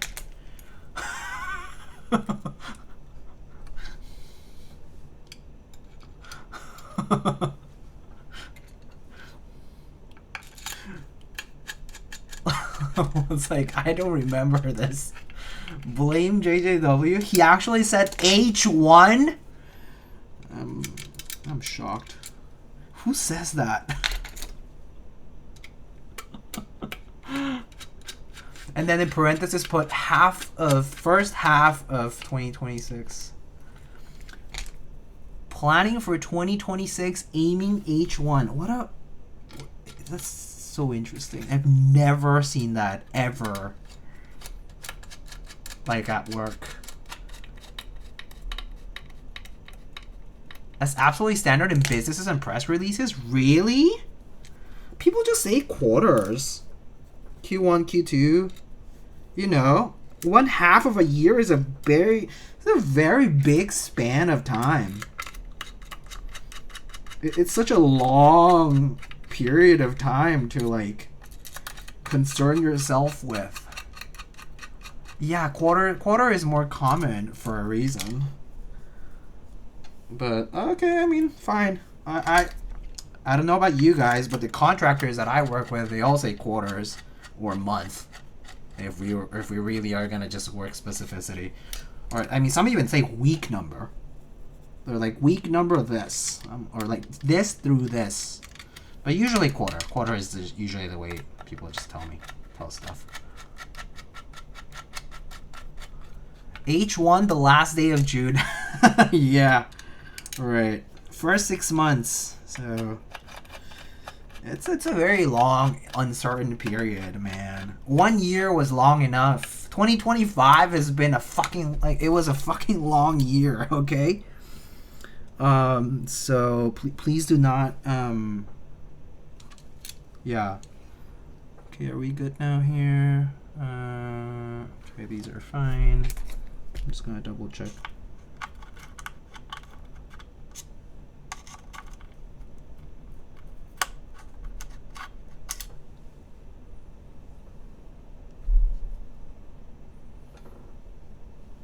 Okay.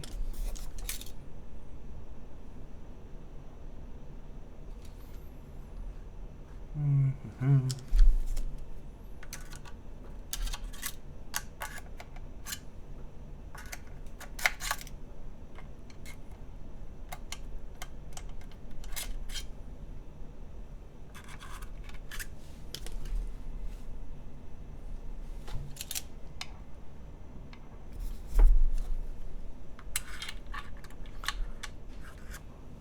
$2026 going by so fast. What? We're already 2 months in. Oh god. Thinking about it is kind of stressful. Not gonna lie. Okay. We're good this time. With the amount of crazy ass shit happening, at least in the US. Yeah, I mean, if it happens in the US, it also happens in the world.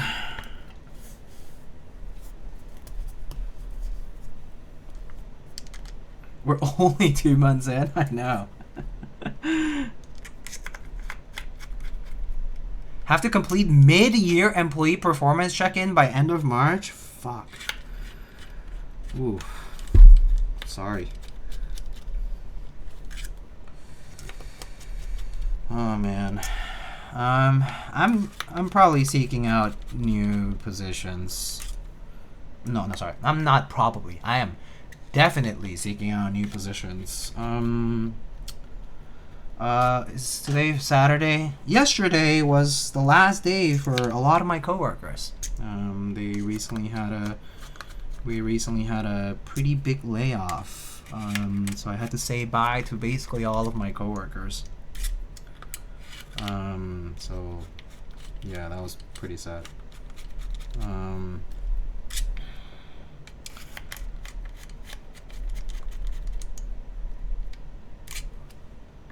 You don't want to do the work of 3 people? Yeah, more like 5, but yeah. Actually, I guess 3. It's like 7 of them left or something like that. So it's like 3 and 4, I suppose. All right, it's done.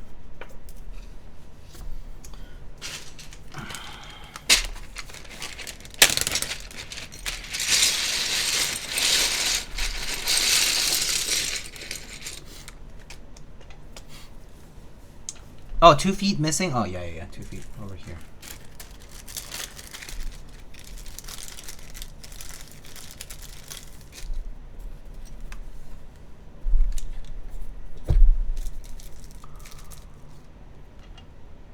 My manager left company last week. No notice. Holy shit. No notice. Oh, damn. Shit, I'm sorry. Wow. That's crazy. No notice is crazy behavior, man. Wow. Okay. Damn.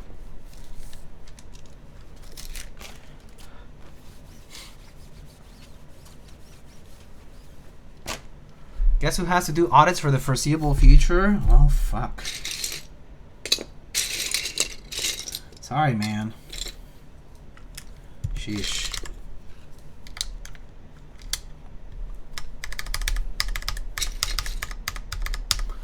Diego, while I'm replacing screws on 265, would you rather do accent, escape, and enter, or escape and arrows?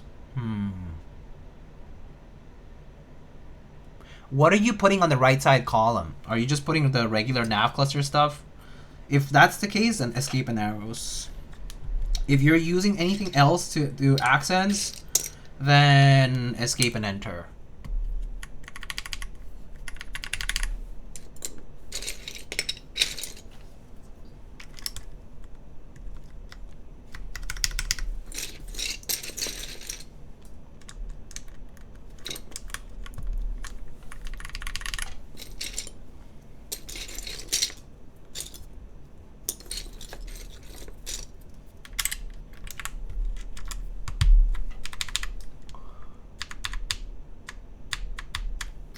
No notice and no one noticed. Do you get a train sticker for that empty space? If I recall correctly, Upa said in Alex's stream there would be one. Oh, there's a sticker? I can check. I can check the packed components. Give me a sec. I can double check that. Why not? It should be around here.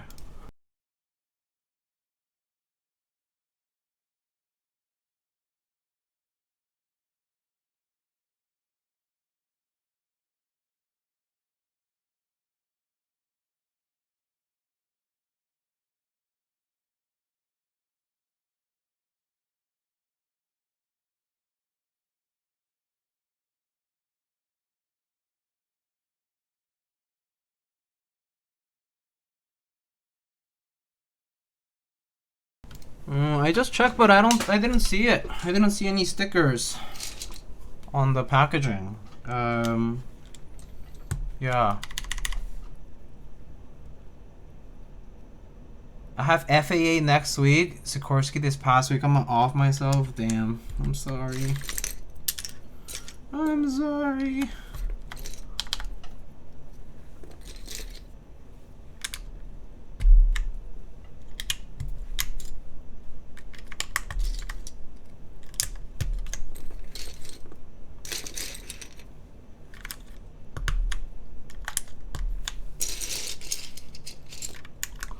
Maybe in final units then, I don't know. Yeah, I don't know either. Yeah, that's maybe just forgot or got lost. Cause so I got the unit from Alex, and so it could have fallen off during unpacking and whatnot. I don't know.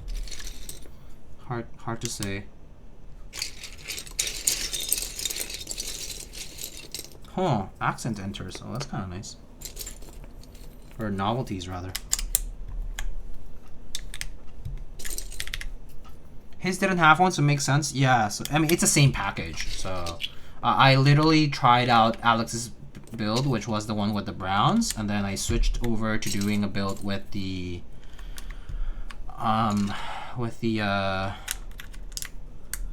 reds on the linears on the FR4 plate, and then we moved on to doing this one. Yeah. Olivia is such a timeless set. It's funny you say that. I remember when people were not huge fans of it at the beginning. And then it shipped. I remember people were not a fan of it at the beginning, and then the set shipped and people were like, oh my god! Why did I miss out on the set? And then it became a rage, right? But yeah. And then it's had 3 runs since then, I think.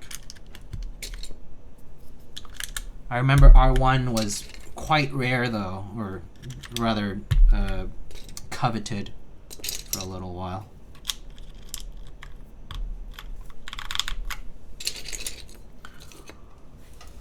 I've been using a wheel of names to choose the next board on set I'm using. It feels good to be relieved off my free will for once. I'm changing every Saturday, and it chose Lily with Euler. Oh, that's a nice board with a nice set.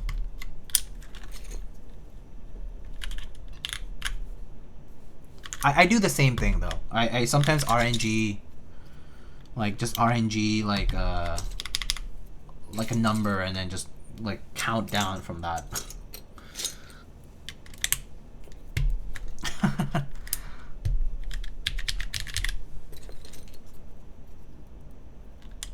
Sometimes it's just annoying to pick, so yeah.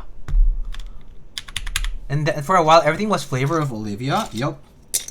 There was that whole period of time.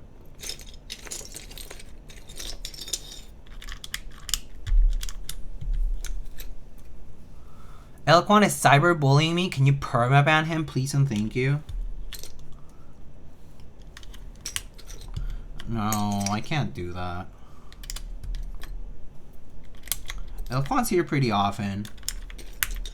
He's been around for a while. And I think he might only be cyberbullying you.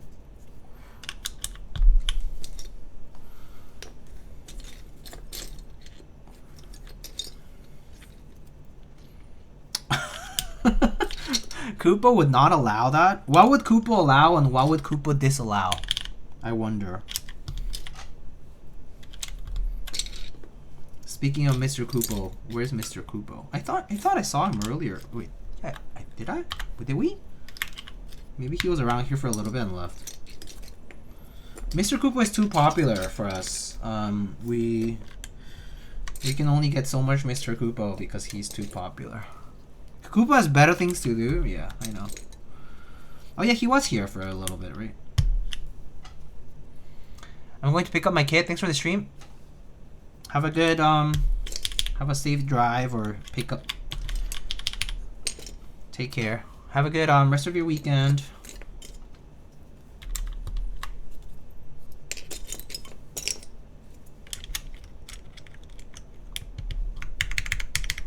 Koopa is patching himself right now. Yeah, bro. GPT 5.6 beta whatever. Right? Just kidding. Koopa is great. I love Mr. Koopa.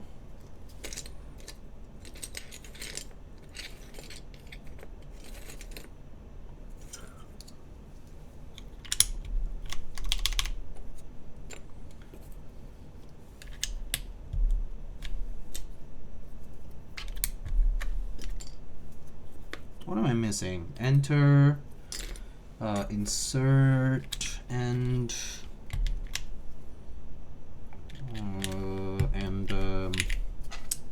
alt. For the spacebar, do we do an accent, regular? Don't know. Used to doing regular, but sometimes people like the accent on it.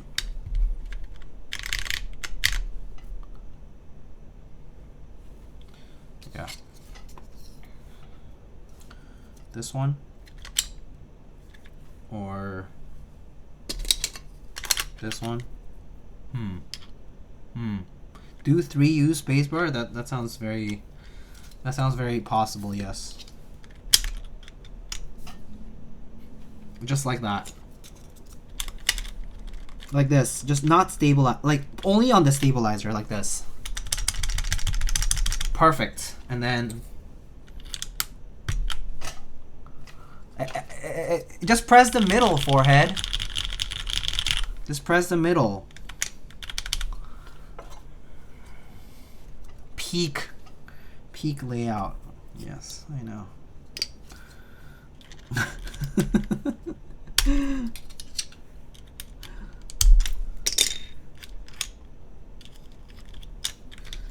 Oh god, actually taking this out is such a pain. There we go. Alright, I'll do accent today. Kind of fun.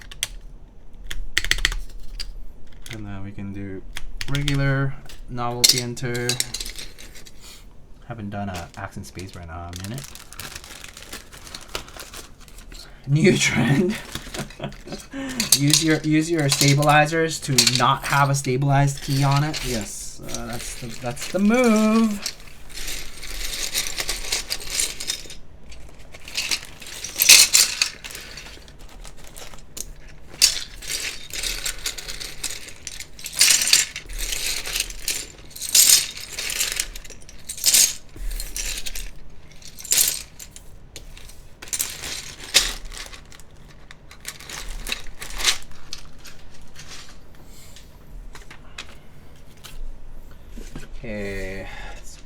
keycaps on this.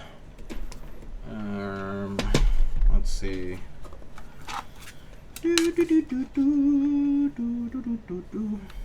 Put that. And then the top right, maybe let's go with the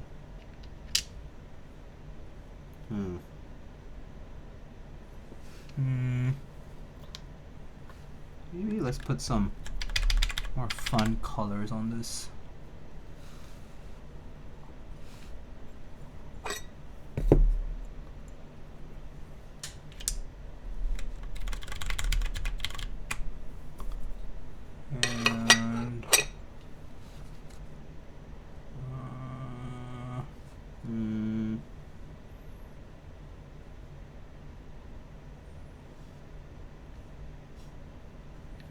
We'll do this one.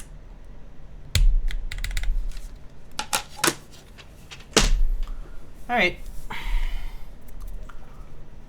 10U spacebar when?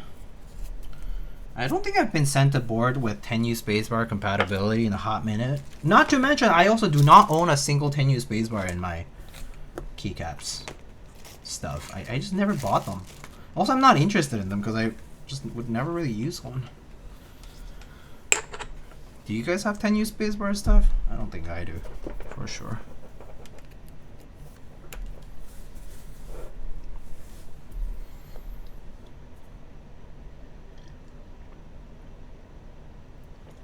$10U is for people who cannot commit. 15U spacebar only. The longer, the better. Yes, yes.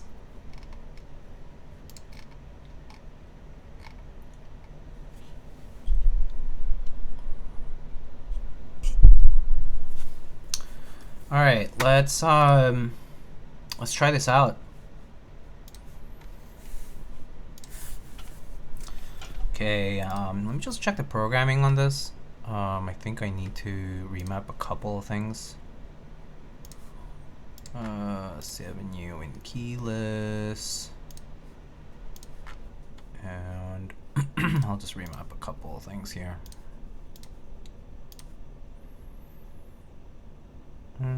Okay, I think the rest is fine for now. Okay. All right. So there's our board. Look at that. Ta-da!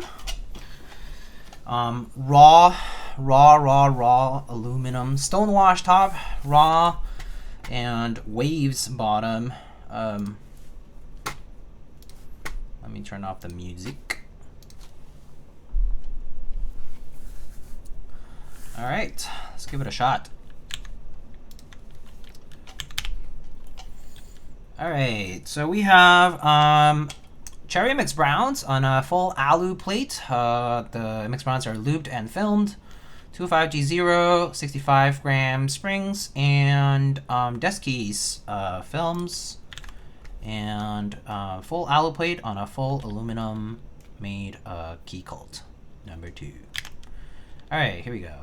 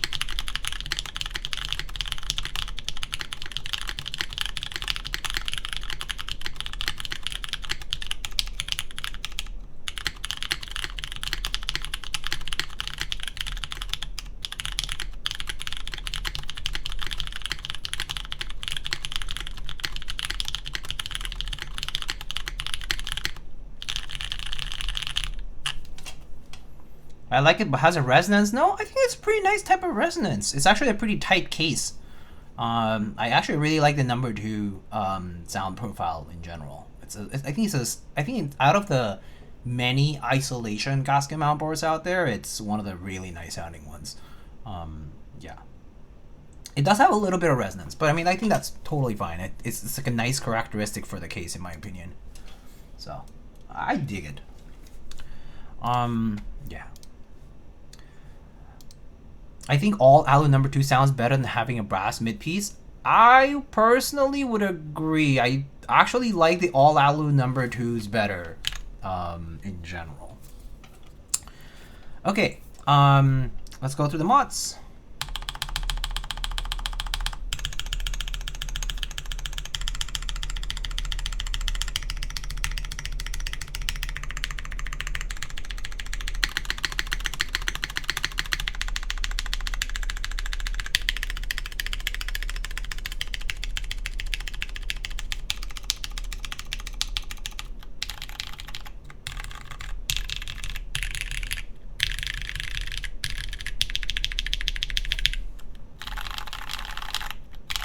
Ooh, that top row is nice.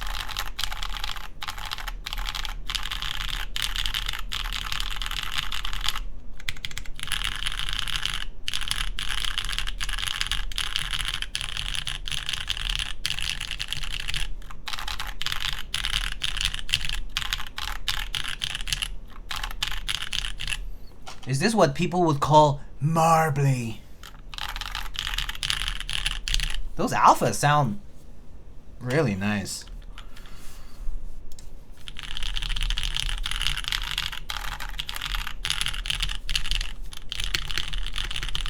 Yeah, that sounds nice. It sounds funky.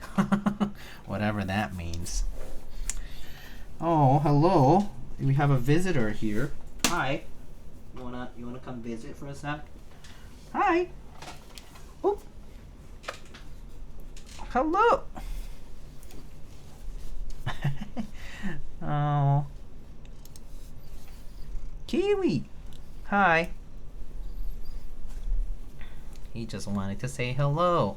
Or rather, it's almost time, so he is hungry. I know he is hungry. He's a hungry boy. He's a hungry boy. Oh, he's purring. Oh, you guys want to hear him purr?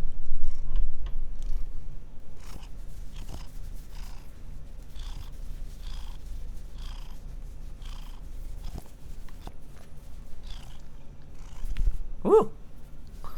A lot of fur.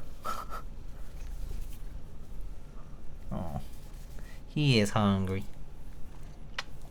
Good boy. Hi. Yum, yum, yum, yum, yum. Oh.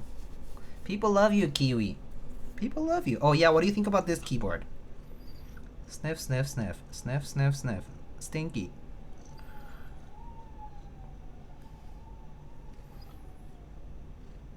Oh, wow, he's inspecting it quite closely.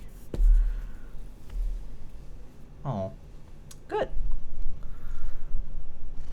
Say something to the people in the chat. Do you want to say anything to the people in the chat? Oh, good boy. Okay. You can stay here, Kiwi.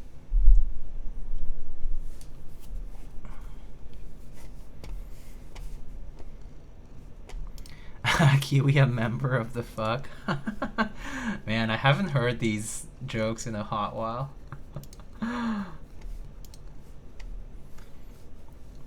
Smells like it has been sitting in the closet for years. This board.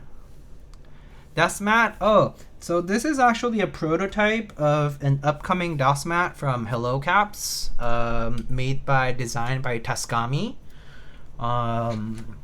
And they're planning on having like an in-stock run on Q2, I think they said. Exact date TBD, but they are thinking of having like an in-stock run of this board, the dust mats at some point. I took some photos a while back. It's on my Insta, I think. I can send you the link. Where was it?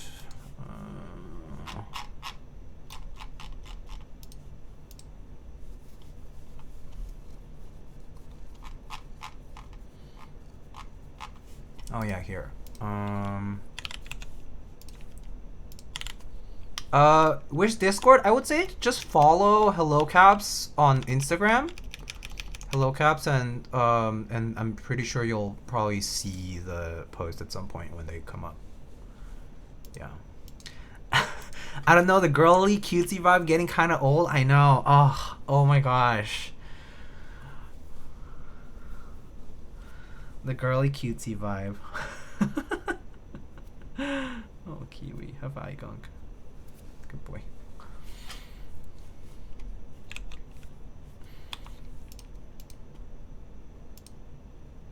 Time to follow Hello on the work account since I got rid of FIG. Oh, that's fair. Okay, that's okay. Yeah. Well, they have a Discord too. So, do you want me to send you the Discord link here? I can send it in the chat. How do I copy this here? Oh, what the ugly link. Oh, it's copying shit on like any of the meta stuff is so annoying. Here, that's Hello Caps Discord. It's a ping only server, so like you'll see a ping at some point, or like a like a like a forum for it at some point in Q2. Otherwise, you'll see like the raffles for the keycaps. Yeah, I've been artisan games. Time to rejoin. If you win, let me know. I'll take your artisans. Just kidding. But also unless. Anyway. So,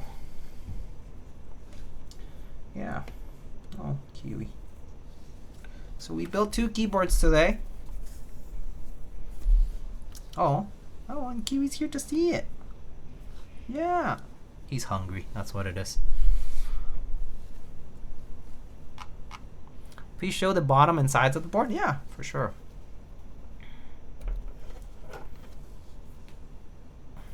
Oh my god, Kiwi. Yeah, it's Kiwi and he's hungry. Hungry.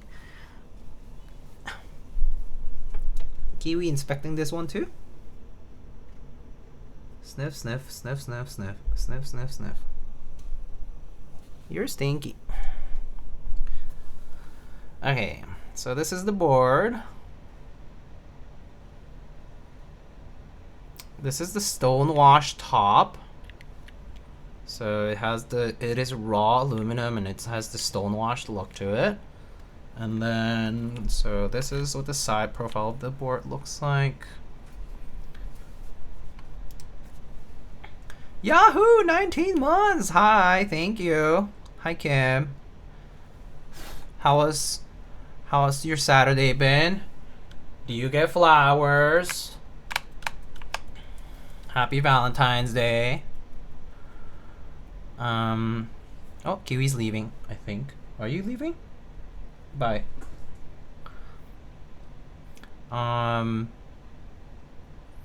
Saturday's chill. I did get flowers. Yay. Good. Good, good, good. As you can see, we also have a bunch of Kiwi fur on this here. And a lot of my fingerprints on this too. But it's the raw waves finish.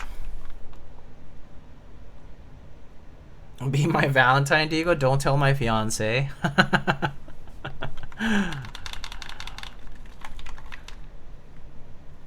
But yeah, nice and fingerprinty, but also has the waves pattern, which is cool. Raw fingerprints. Yeah, now my identity is a true Jeopardy. All my fingerprints on the board. It's Jover. It's Jover. It is Jova.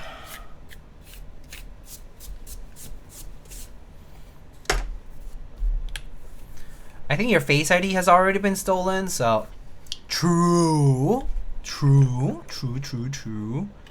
Face ID long gone. And if you wanted to look at it from this side, it looks like that. It's quite nice. And Diego biometrics complete. Yeah. Yeah. Pretty nice. Pretty nice. This is the bullet train over here. I'm gonna put that closer.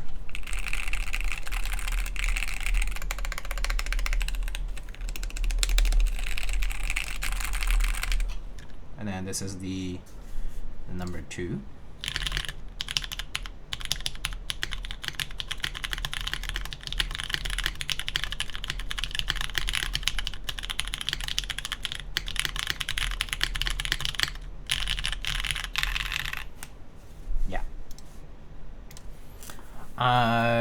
Do you prefer this to the F18X V2?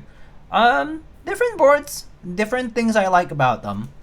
Like if I had to tell you about things I like about the number 2, I think it's like if you like the particular type of gasket mount style that the number 2 uses, I think the number 2 is a really nice TKL gasket mount board. It's super nice. I personally think also, like as other people said, the full alu version of the board I think sounds a little better than the brass or other material boards in my opinion. It sounds great.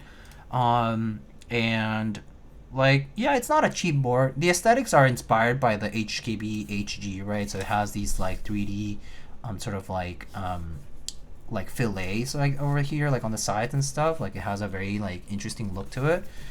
So it's like if you like this particular type of wedge like profile, then you know. The F18X has like thinner bezels than the number 2, I think. So if you like a more boxy look, the F18X I feel like it's probably more appropriate. Actually, this one has pretty thin bezels too, but the F1 also has pretty thin bezels in general. I mean, both are good boards. They both go for like above 500, I'm gonna say, right? I actually don't know how much they go for now, but similar tier I think of pricing at the moment. They're both good. I mean, I don't think you can go wrong with, you know, whichever of the two. I think a lot of people will say a lot of really good things about the Geon boards though, so I don't think you can really go wrong. Over 500 for all alu. Grr. Yes. Which of the Keycult TKLs do you like best? So, personally, I actually think I like the 265 better than the number 2 TKL, but I like the number 1 TKL better than the 160. I really like the big form factor of that like mid-piece weight of the number 1. I think design-wise, to me, the number 1 stands out a little bit more uniquely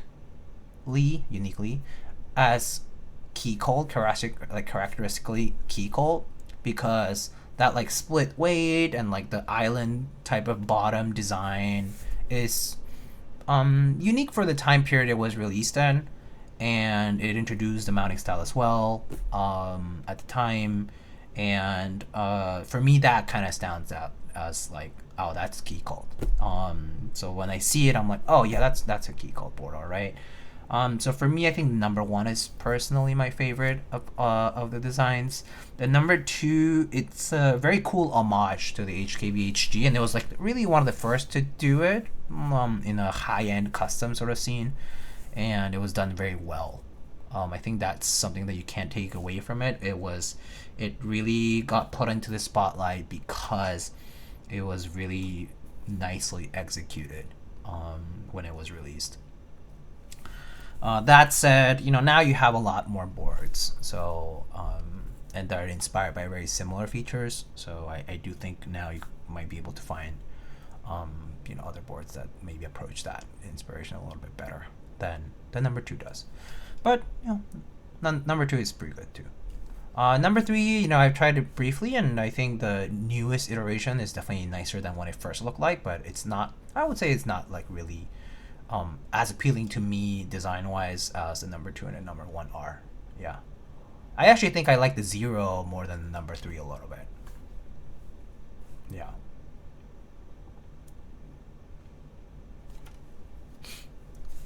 Anyway, has anyone asked you how you like the new Overwatch heroes? I've been playing like every day. Do you want to play later? Kim? I'm down. But I've been playing them. I've tried, let's see. I've tried all of them except for the healers. I haven't tried, oh, I tried the ninja looking healer ones, and then I haven't tried the cat Jetpack Cat because everyone always picks them first. And also, I guess I've seen the skills and the mechanics of Jetpack Cat, and it's not like my personal favorite for a support. So I personally like whatever. I think it's cute, but it's like, well, whatever. Mechanics wise. Yeah.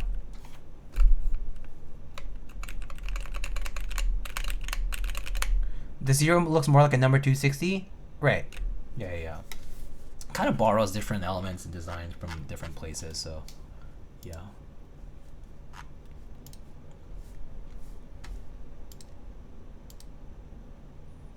Around 600 to 800 F1s go for cheaper, I think. Oh, okay. I didn't know.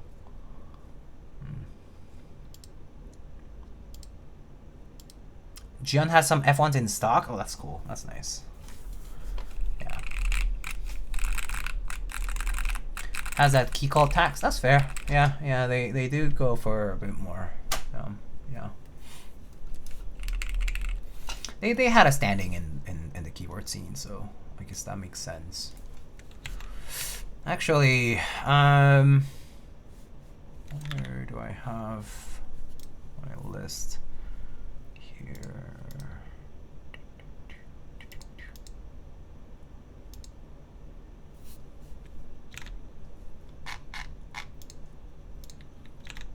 How many people do we have in the chat right now?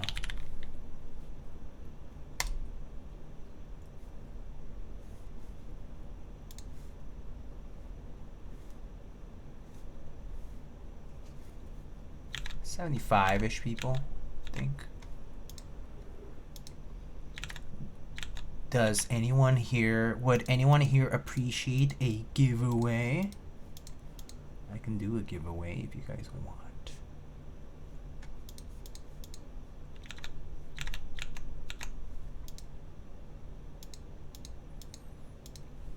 I also really like my Keycult Zero, so I was wondering about the number 2. Yeah, I mean, yeah, I guess it all depends like how much you pay for it and all that, but I mean, I think for like retail price, it's a board that like lived to its hype when you bought it at retail. Yeah, I think like the build experience and the build quality is pretty good as a board. I know that there are stories about commissions gone wrong or like quality concerns here and there, but I don't really think most of the releases really suffered that. It was like very specific examples. So yeah, and especially not like not anytime recently anyway. Waiting for NK to bring the 165 and like Alu. Yeah. Novelkeys has been great for me, and Gion too. Both are great vendors. They know what they're doing. Yeah. Wow. Actually, nobody responded to the giveaway comment, so maybe I'll save it for a better occasion. What keycaps are the ones that you're typing on? This is GMK Olivia. This is PFF Gestalt. It's a prototype set that Canon Keys made with Creative, but they might bring onto this profile later. Hi Saran, how are you? No, I need a keyboard, please give away. Okay, fine. Do you guys have a preferred layout? I don't think want free stuff. Thank you. Yes, I want free stuff. At some point, I do actually need to organize my shit and do a big giveaway, maybe subathon, build-a-thon sort of thing where I just do a long stream, build a bunch of keyboards, hang out for a bit, and give away a bunch of stuff. But I haven't. I need to organize everything. But I'll be down to do that at some point soon. FRL TKL, that's so specific. I don't think I have an FRL TKL. Hermano comes out of lurking when here's giveaway. Had giveaway? Wow. Have a great weekend, Diego. I'm off to touch grass. Okay, have fun, 9. Thank you so much for stopping by, dude. Ms. The build, what's the consensus for the number 2 TKL? It's a nice board. So it's a nice build. This was a client build. Something with XT columns? I don't... Oh! I do have a board that has XT columns, I think.